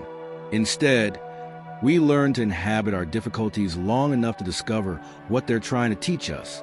This process often involves confronting what Jung termed our inferior function, the aspect of our personality that is least developed and most uncomfortable for us to acknowledge. For someone who has built their identity around being rational and logical, the descent might require engaging with emotions and intuition. For someone who prides themselves on being spontaneous and creative, it might mean developing discipline and attention to practical details. For someone who has defined themselves through independence and self-sufficiency, it might involve learning to trust and depend on others.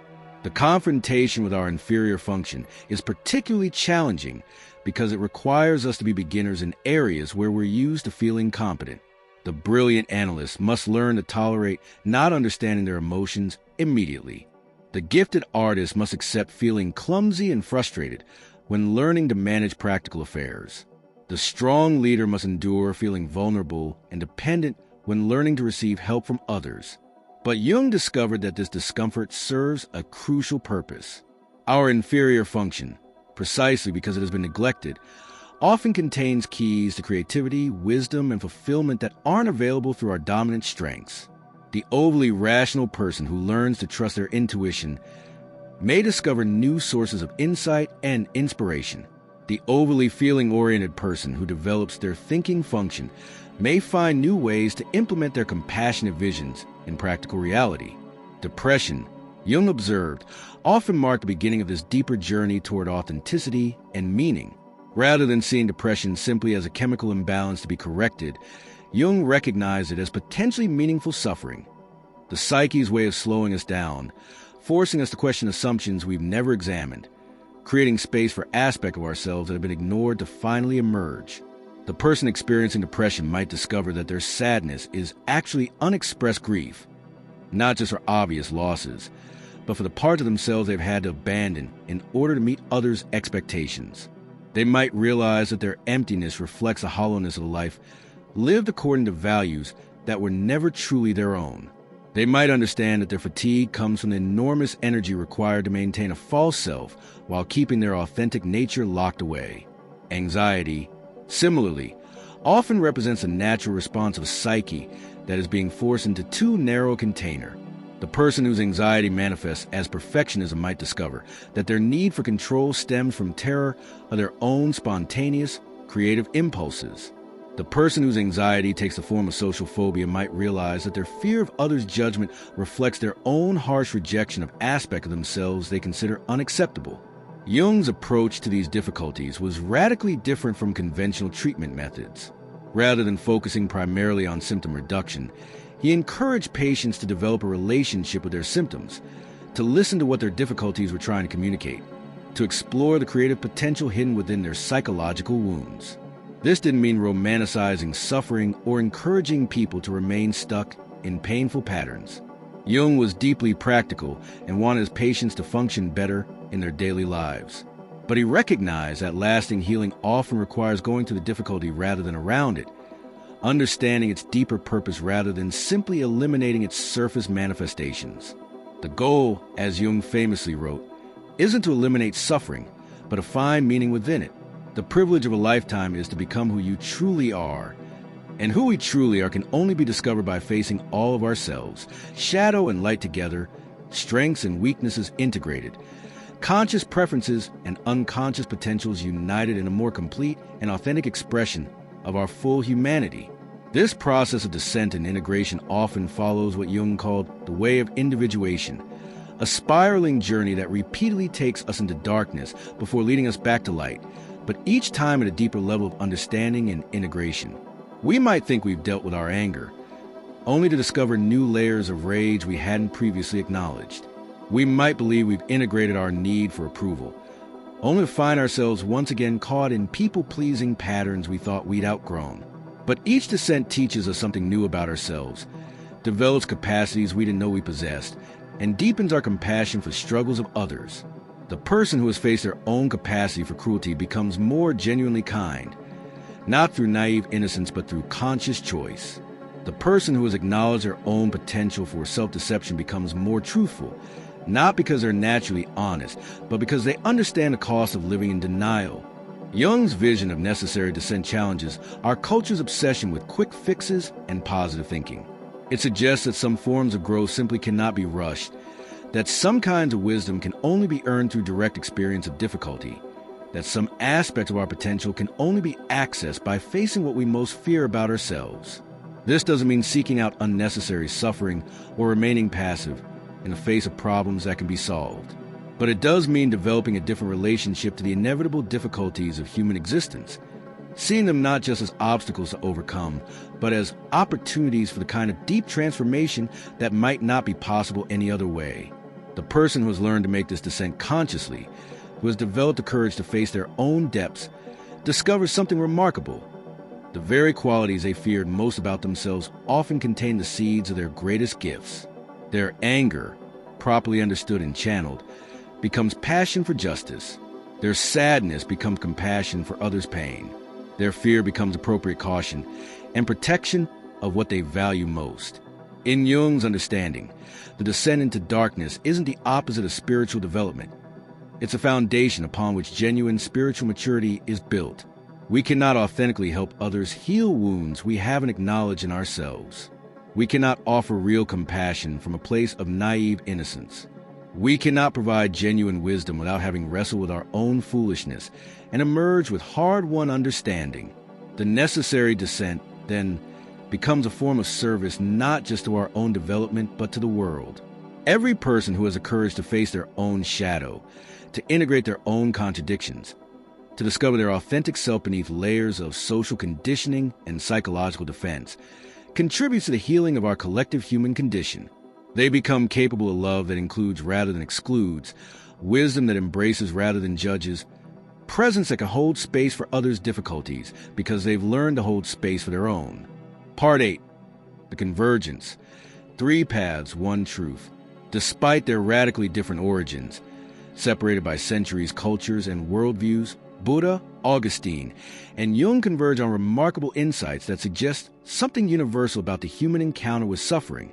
Their convergence is all the more striking because they arrive at these conclusions independently, through vastly different methods, and within completely different frameworks of understanding reality itself.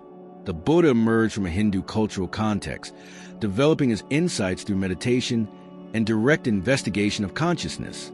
Augustine worked within the emerging Christian intellectual tradition, synthesizing Greek philosophy with biblical revelation and personal spiritual experience. Jung operated in the secular, scientific environment of early modern psychology, using empirical observation of patients and systematic analysis of cultural symbols. Yet all 3 recognize that suffering is not random or meaningless. It serves a crucial purpose in human development. This convergence points to what we might call a fundamental law of consciousness. Beings capable of awareness, choice, and growth seem to require some form of difficulty, challenge, or limitation to actualize their full potential. Just as physical muscles require resistance to develop strength, human consciousness appears to require the resistance of suffering to develop wisdom, compassion, and authentic maturity. Buddha taught that suffering arises from attachment, our tendency to cling to impermanent phenomena as if they could provide lasting satisfaction. His solution involved recognizing the illusory nature of the separate self that does the clinging, leading to liberation through letting go. But his letting go wasn't passive resignation. It was the active recognition that holding tightly to anything in a world of constant change creates inevitable frustration and pain. Augustine saw suffering as primarily the result of separation from the divine, the consequence of humanity's attempt to find ultimate satisfaction in finite things rather than in relationship with the infinite God. His solution involved surrender to divine love and the reordering of human loves according to their proper objects. But his surrender wasn't self-annihilation. It was a discovery of our true identity as beings created for eternal relationship with ultimate reality. Jung understood suffering as the psyche's called integration and wholeness, the inevitable result of trying to live as only part of ourselves rather than embracing our full psychological reality. His solution involved conscious engagement with unconscious material, particularly our rejected shadow aspects, leading to individuation. But his integration wasn't mere self-acceptance. It was a courageous work of becoming who we truly are beneath all our defensive adaptations and social conditioning. Despite their different terminologies and conceptual frameworks, all three were describing variations of the same fundamental process: the transformation of consciousness through conscious engagement with difficulty. Buddha's enlightenment, Augustine's conversion, and Jung's individuation all represent states of awareness in which suffering has been neither eliminated nor ignored, but rather understood and integrated in ways that fundamentally change our relationship to pain. All three discover that the attempt to avoid or eliminate suffering often increases it. This insight runs counter to our most basic instincts and challenges much of contemporary culture's approach to human difficulties. Our natural response to pain is to escape it as quickly as possible through distraction, medication, denial, or any other means available. But Buddha, Augustine, and Jung all observed that this very attempt to avoid suffering often perpetuates and intensifies it. Buddha described this through his understanding of the second arrow. When we experience the inevitable first arrow of life's difficulties, loss, illness, aging, disappointment, we typically shoot ourselves with a second arrow of resistance, resentment, and denial. This shouldn't be happening. Why me? If only things were different. This second arrow of our mental reaction to pain often causes more suffering than the original difficulty itself. Augustine understood this dynamic through his analysis of disordered love.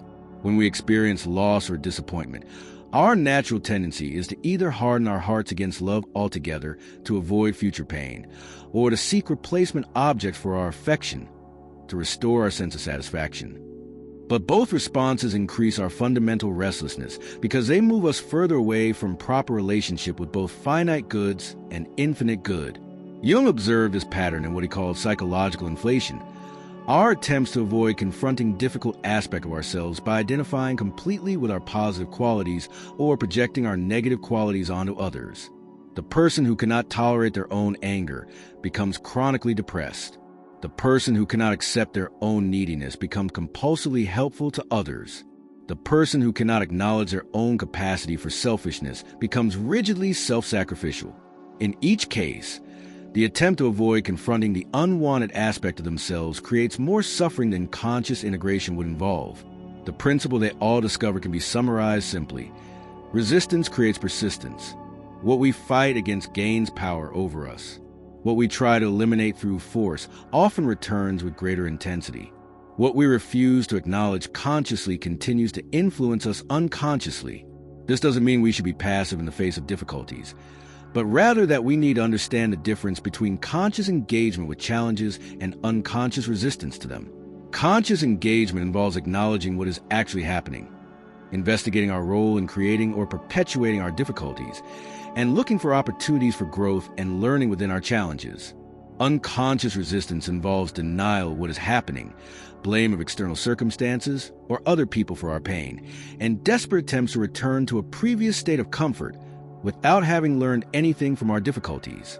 The transformation they all point toward comes through what might be called conscious acceptance, not passive resignation, but active embrace of our current reality as the starting point for growth. Buddha's acceptance involved recognizing the impermanent nature of all phenomena and releasing our grip on outcomes. Augustine's acceptance involved surrendering our will to divine providence and trusting that God can bring good even from apparent evil. Jung's acceptance involved integrating all aspects of our personality, including those we find most uncomfortable or unacceptable, but acceptance in their understanding creates transformation precisely because it stops the energy we waste in futile resistance and makes that energy available for creative response. When we stop fighting reality, we can begin working skillfully with reality. When we stop denying aspects of ourselves, we can begin integrating them consciously. When we stop demanding that life be other than it is, we can begin discovering what is actually possible within our current circumstances. All three found that suffering, properly understood, doesn't diminish our humanity, it deepens it. This insight challenges contemporary culture's tendency to view suffering as purely negative, as evidence that something has gone wrong that needs to be fixed as quickly as possible. But Buddha, Augustine, and Jung all discovered that conscious engagement with difficulty develops capacities that might not be accessible any other way. Suffering connects us to others in ways that comfort and success often cannot. The person who has never experienced significant loss may find it difficult to relate to those who are grieving. The person who has never struggled with addiction may lack genuine understanding of those battling compulsive behaviors. The person who has never faced their own mortality may be uncomfortable around those who are dying. But shared experience of difficulty creates bonds of empathy and understanding that transcends surface differences. Buddha's compassion wasn't abstract benevolence, but the natural result of recognizing that all beings experience suffering and that this suffering arises from the same fundamental causes. His enlightenment didn't separate him from human pain, but gave him deeper understanding of how to work skillfully with the conditions that create pain. Augustine's love wasn't sentimental attachment, but the fruit of having experienced both the emptiness of finite loves and fulfillment that comes from properly ordered relationship with the infinite. Jung's integration didn't eliminate his psychological difficulties, but gave him greater capacity to help others navigate their own processes of becoming whole. Suffering cultivates compassion by breaking down the barriers between self and other. When we truly understand our own capacity for weakness, failure, and poor judgment, we become less likely to judge others harshly for their mistakes. When we recognize our own need for help, patience, and forgiveness, we become more able to offer these gifts to others. When we accept our own limitations and vulnerabilities, we can meet others' limitations with greater understanding rather than irritation or contempt. This compassion isn't just an emotional response, but a form of wisdom. The recognition that we are all struggling with the same fundamental challenges of being conscious beings in an uncertain world. Buddha's insight into interdependence revealed that our individual suffering is inseparable from the suffering of all beings. Augustine's understanding of a human condition showed that we all share the same basic need for divine love and the same tendency to look for it in the wrong places. Jung's analysis of the collective unconscious demonstrated that we all wrestle with the same archetypal challenges of integrating our shadow, finding our authentic identity, and creating meaning from our experience. Finally, all three discovered that suffering opens us to dimensions of existence we might never otherwise explore. Comfort and success, while pleasant, often keep us on the surface of life, satisfied with conventional answers to life's deepest questions. But suffering has the power to crack open our assumptions, force us beyond our comfortable boundaries, and introduce us to aspects of reality we might never encounter through ordinary experience. Buddha's awakening came through his willingness to face the reality of old age, sickness, and death, experiences that his privileged upbringing had protected him from, but that his spiritual development ultimately required him to understand. Augustine's conversion involved embracing the reality of his own moral powerlessness and need for divine grace, acknowledgments that his intellectual pride initially resisted, but that proved essential for his spiritual growth. Jung's individuation process demanded that he confront aspects of his unconscious that threatened his professional reputation and personal stability, but that ultimately revealed creative potentials he couldn't have accessed any other way. In each case, suffering served as a doorway to deeper dimensions of existence, not because pain itself is valuable, but because the willingness to engage consciously with difficulty develops capacities for wisdom, love, and creativity that might remain dormant in lives that never encounter serious challenges. Their convergent insight suggests that suffering is woven into the fabric of consciousness itself, not as a mistake or punishment, but as an essential element in the process by which awareness develops depth, wisdom, and compassion. The Buddha's path to enlightenment, Augustine's journey to sanctity, and Jung's process of individuation all required engaging consciously with forms of difficulty that could have been avoided through remaining unconscious, but at the cost of never discovering their full human potential. This doesn't mean we should seek out unnecessary suffering or fail to alleviate preventable pain wherever we encounter it. But it does suggest that when suffering comes, as inevitably does to every conscious being, we have a choice about how to meet it. We can resist it unconsciously, allowing it to embitter and diminish us, or we can engage with it consciously, allowing it to deepen our wisdom, expand our compassion, and open us to dimensions of existence that transform not just our own lives, but our capacity to serve the healing of our world. The convergence of these three great minds points toward profound truth about human existence. We are beings capable of transformation, and suffering, properly understood and consciously engaged, is one of the most powerful catalysts for that transformation available to us. Their unanimous testimony across centuries and cultures suggests that this insight represents not just personal opinion or cultural preference, but something approaching a universal law of consciousness itself. Part 9. Practical Wisdom, Living with Purpose Through Pain. So how do we apply these profound insights to our everyday struggles? The wisdom of Buddha, Augustine, and Jung might seem abstract and philosophical when we're facing a pink slip at work, watching a marriage fall apart, receiving a difficult medical diagnosis, or sitting beside the hospital bed of someone we love. In moments of acute pain, intellectual understanding often feels inadequate to the raw reality of human suffering. Yet these three great minds didn't develop their insights in ivory towers. They forged them in the crucible of their own difficulties and refined them through helping others navigate theirs. The question becomes, how we find meaning in job loss, relationship breakdown, illness, or grief. How do we translate timeless wisdom into practical responses to contemporary challenges? The answer lies not in applying their teachings like bandages to wounds, but in developing new ways of seeing and responding that transform our relationship to difficulty itself. First, we can learn to observe our attachment to outcomes with the kind of clear-sighted awareness that Buddha cultivated. This doesn't mean becoming indifferent to results or ceasing to care about what happens in our lives.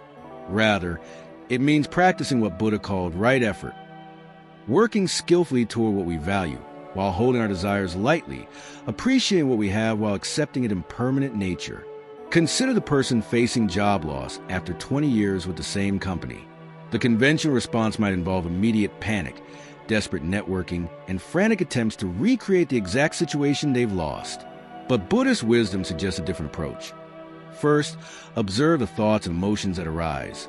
Notice the fear about financial security, the shame about professional identity, the anger about perceived unfairness. Rather than being overwhelmed by these reactions, we can watch them with the same compassionate attention we might offer a frightened child. This observation reveals how much of our suffering comes not from the job loss itself, but from our mental commentary about the job loss. I should have seen this coming. I'll never find anything as good. What will people think of me? My career is ruined. These thoughts, while understandable, often create more distress than the actual circumstances they're interpreting. From this place of clearer seeing, we can begin to work skillfully with our situation. We can take practical steps toward finding new employment, while remaining open to possibilities we hadn't previously considered. Maybe this disruption will lead to discovering work that's more aligned with our authentic interests. Maybe it will force us to develop skills we've neglected or explore careers we've dismissed. Maybe it will teach us about resilience we didn't know we possessed. The key is holding our preferences without clinging to them desperately. We can work toward the outcome we desire while remaining open to other possibilities, trusting that our capacity to find meaning and satisfaction isn't entirely dependent on getting exactly what we think we need. This practice of conscious non-attachment extends to all areas of life. The parent whose adult child is making choices they disapprove of can love their child deeply while releasing their grip on controlling their child's path.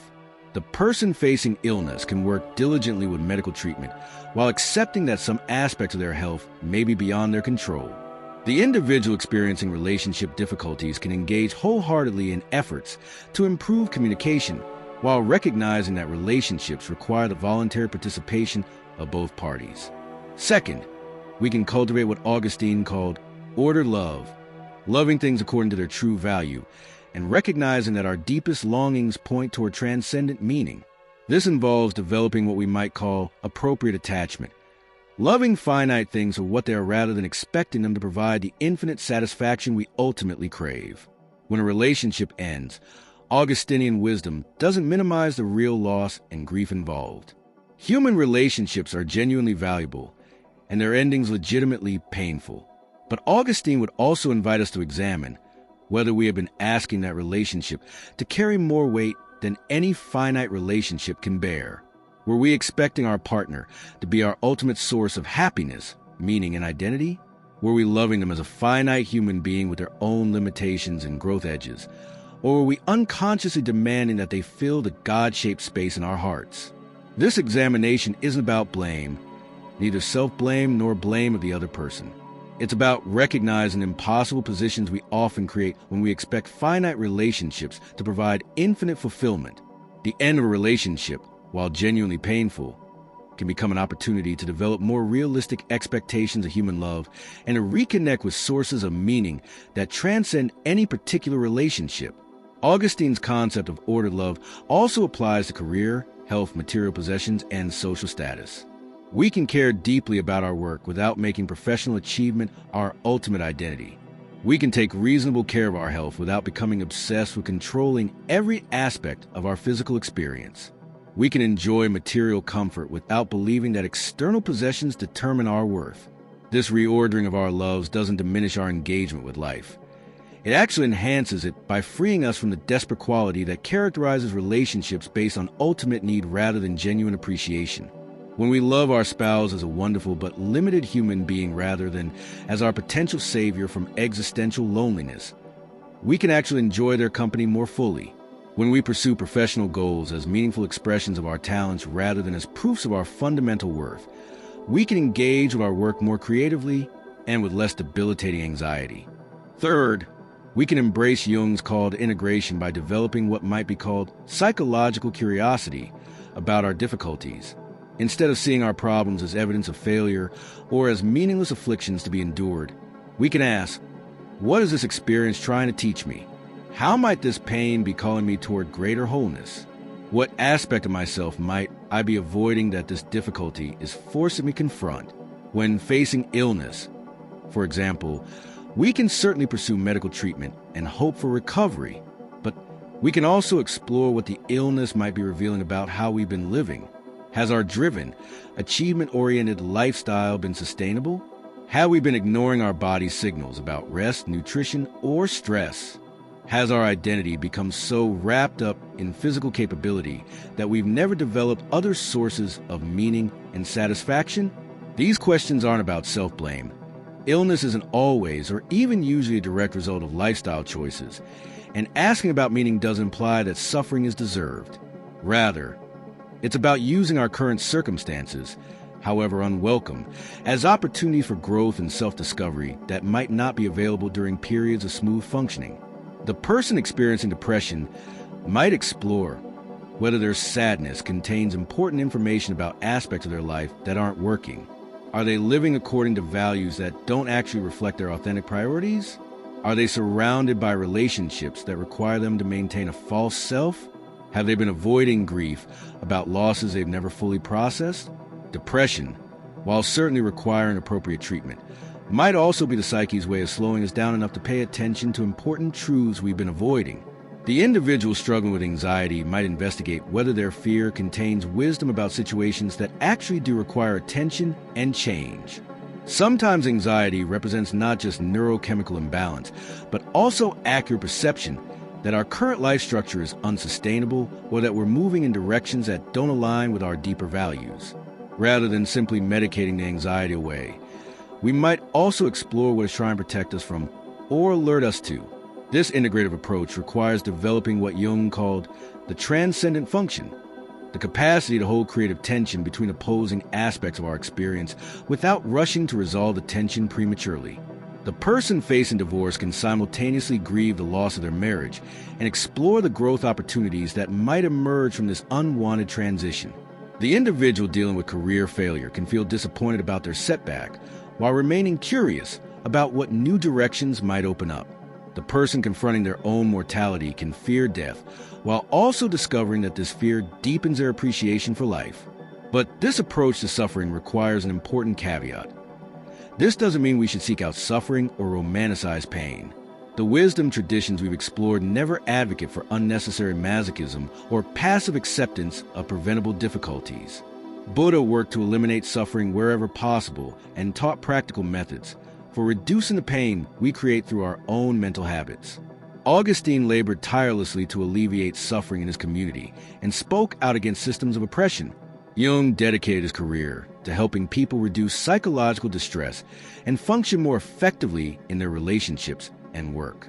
The difference lies in our response when suffering comes, as inevitably will to every human life. We can meet these unwelcome experiences with curiosity rather than only resistance, asking not just why me, but how might I grow through this? We can engage with our difficulties as opportunities for the kind of development that might not be possible any other way, while simultaneously working to alleviate unnecessary pain wherever we encounter it. This balanced approach might look like the person facing chronic illness who pursues medical treatment, while also exploring how their condition might deepen their compassion, clarify their priorities, or develop their capacity for patience and acceptance. It might resemble the individual experiencing financial hardship who works diligently to improve their situation while also examining what they're learning about resourcefulness, community support, or the difference between wants and needs. The practical application of these insights also involves developing what we might call meaning-making practices, regular activities that help us discover purpose and growth within our difficulties. This might include journaling about what our challenges are teaching us, discussing our struggles with trusted friends or counselors who can help us see patterns and possibilities we might miss on our own, or engaging in creative expression that transforms our pain into something that might serve others. Many people find that volunteer work becomes especially meaningful during difficult periods, not as distraction from their own problems, but as a way of discovering that their personal suffering has given them unique capacity to help others facing similar challenges. The person who has navigated addiction might mentor others beginning recovery. The parent who has lost a child might support other grieving families. The individual who has rebuilt their life after trauma might advocate for better resources for survivors. These practices don't eliminate pain, but they can transform from pure loss into something that serves not just our own development, but the healing of our communities. When we discover that our suffering can become a source of wisdom, compassion, and service, we begin to experience what all three traditions promise. Not the absence of difficulty, but a fundamentally different relationship to difficulty. One that allows us to find meaning, growth, and even a strange kind of gratitude within experiences we would never have chosen, but which ultimately contribute to our becoming more fully human. The goal isn't to become people who no longer experience pain, but to become people who can meet pain consciously, work with it skillfully, and allow it to serve the deepest purposes of our lives. This transformation doesn't happen overnight, and it requires ongoing practice and support from others who understand the journey. But it offers a possibility of living with what we might call purposeful pain, suffering that serves growth rather than mere endurance, difficulty that opens us rather than closes us, challenges that deepen our humanity rather than diminish it. Part 10. Conclusion: the transformed heart. The Buddha, St. Augustine, and Carl Jung offer us a radical proposition that challenges everything our culture tells us about the good life. That suffering is not the opposite of a meaningful existence, but one of its essential ingredients. This isn't the masochistic suggestion that we should seek out pain, nor the cynical conclusion that life is nothing but struggle. Instead, it's a profound recognition that the experiences we most want to avoid, loss, failure, disappointment, illness, death, are often the very experiences that crack us open to depths of wisdom, compassion, and authenticity we might never access through comfort and success alone. Through suffering, we develop empathy that goes beyond intellectual understanding to the bone-deep recognition that we are all vulnerable beings doing our best to navigate an uncertain world. The parent who is never worried about their child's safety can sympathize with other parent anxiety. But the parent who has received that terrible phone call from the hospital knows that fear in their very cells. The person who has never faced serious illness can imagine what it might be like. But the person who has looked mortality in the face understands something about the preciousness of ordinary moments that no amount of philosophical reflection can convey. This empathy born of shared suffering becomes a foundation for genuine compassion. Not the condescending sympathy of those who feel superior to others' struggles, but the humble recognition that we are all walking each other home through difficult terrain. When we understand that our own pain connects us to the pain of all beings, our individual suffering begins to serve a purpose larger than our personal experience. Through suffering, we discover our limits in ways that success and comfort never reveal. We learn that we cannot control outcomes no matter how carefully we plan, that we cannot protect our loved ones from all harm no matter how vigilantly we watch over them, that we cannot avoid our own mortality no matter how healthy our lifestyle or advanced our medical technology.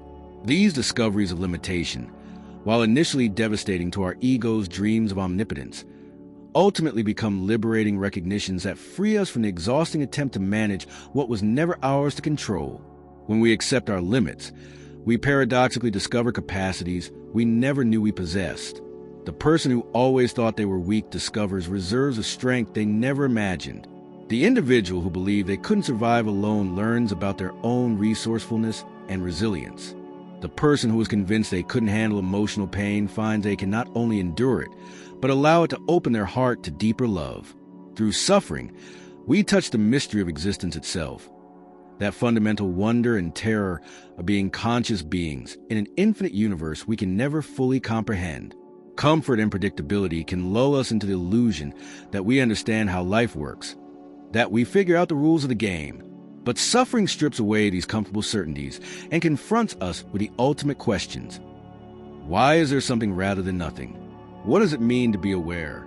How do we live meaningfully in the face of uncertainty and mortality? These aren't just philosophical puzzles, but lived realities that become urgent during times of crisis. The person facing death doesn't wonder abstractly about the meaning of existence. They confront directly what it means to be a temporary arrangement of consciousness in a vast cosmos. The parent holding their newborn child doesn't theoretically consider the mystery of life. They experience directly the awe and terror of being responsible for another conscious being in an unpredictable world. This doesn't solve the problem of suffering. It transforms our relationship to it. This is perhaps the most important distinction to understand. Buddha's enlightenment didn't eliminate all difficulties from his life. He still experienced physical pain, dealt with difficult people, and faced the challenges of teaching complex truths to various audiences. Augustine's conversion didn't end his struggles. He continued to wrestle with personal temptations, administrative challenges as a bishop, and the collapse of the civilization he had known. Jung's individuation didn't cure him of psychological difficulties. He remained a complex, sometimes difficult person who continued to discover new aspects of himself throughout his life. What changed for each of them was not the absence of challenges, but their capacity to meet challenges with wisdom, acceptance, and even gratitude. They developed what we might call transformed hearts. Not hearts that no longer feel pain, but hearts that can hold pain without being destroyed by it. Hearts that can find meaning within suffering without needing to justify or romanticize it. We begin to see that the question isn't how to avoid pain, but how to suffer well. This shift in perspective is revolutionary because it moves us from a defensive posture toward life, constantly trying to protect ourselves from unwanted experiences, to an engaged posture that asks what we can learn, how we can grow, and whom we can serve even in the midst of difficulty. Suffering well doesn't mean suffering silently or stoically. It doesn't mean pretending that pain doesn't hurt or that loss doesn't matter. It means bringing consciousness to our difficulties rather than being overwhelmed by them. It means asking what our struggles might be trying to teach us rather than only asking how to escape them. It means looking for opportunities to use our pain in service of our own growth and the welfare of others rather than seeing it as pure victimization. The person suffering well might grieve deeply while also allowing their grief to deepen their capacity for compassion. They might feel afraid while also using their fear to clarify what they most value and want to protect. They might experience anger while also examining what injustices their anger might be alerting them to address. They might feel lonely while also using their loneliness to motivate deeper, more authentic connections with others.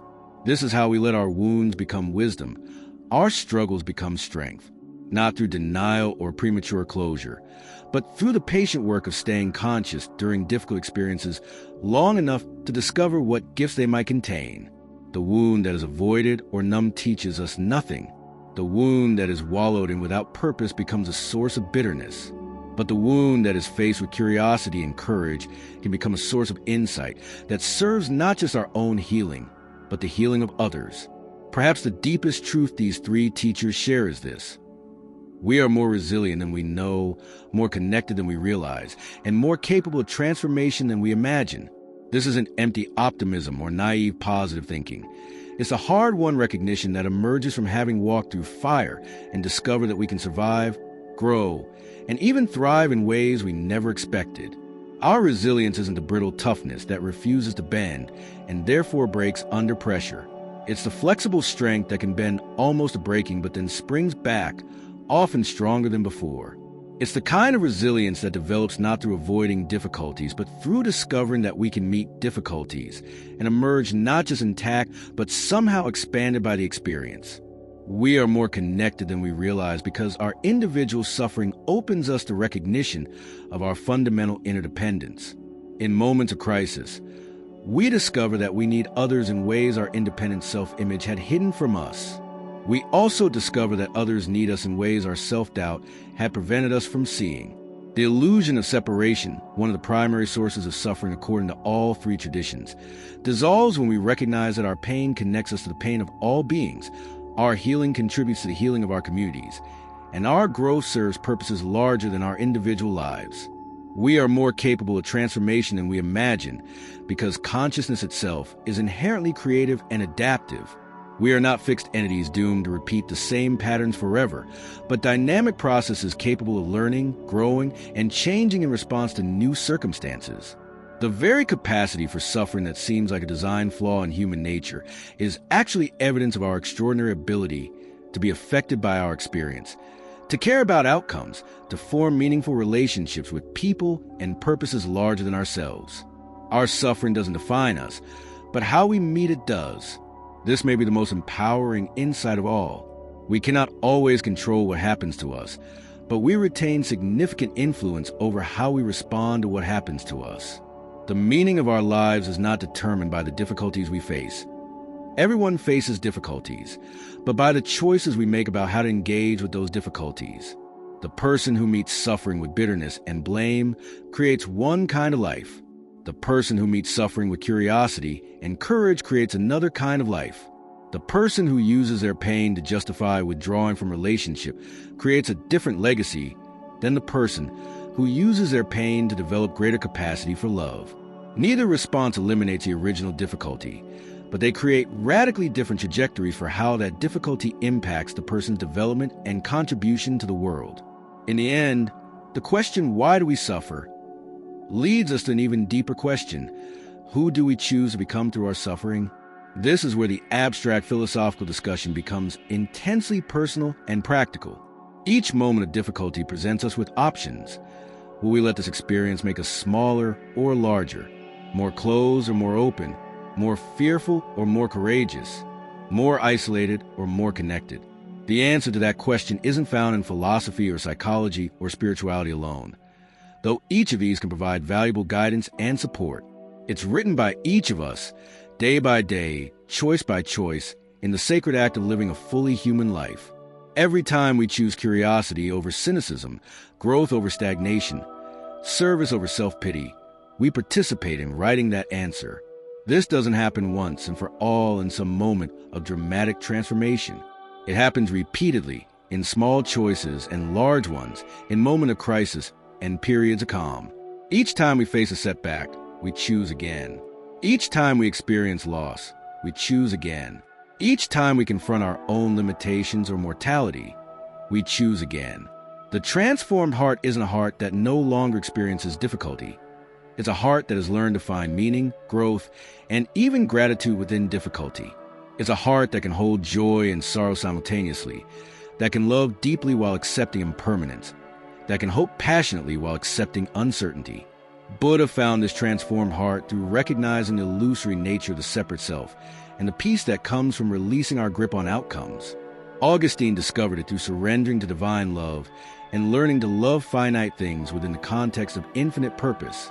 Jung developed it through integrating all aspects of his personality and using his individual journey toward wholeness in service of helping others discover their own authentic paths. Their teachings remind us that we too can develop such transformed hearts, not by avoiding the human condition, but by embracing it fully, not by eliminating suffering from our lives, but by learning to suffer consciously and purposefully, not by finding easy answers to life's deepest questions, but by living those questions with integrity, courage, and love. Thank you for joining me on this exploration into one of humanity's most enduring mysteries, the journey we've taken together.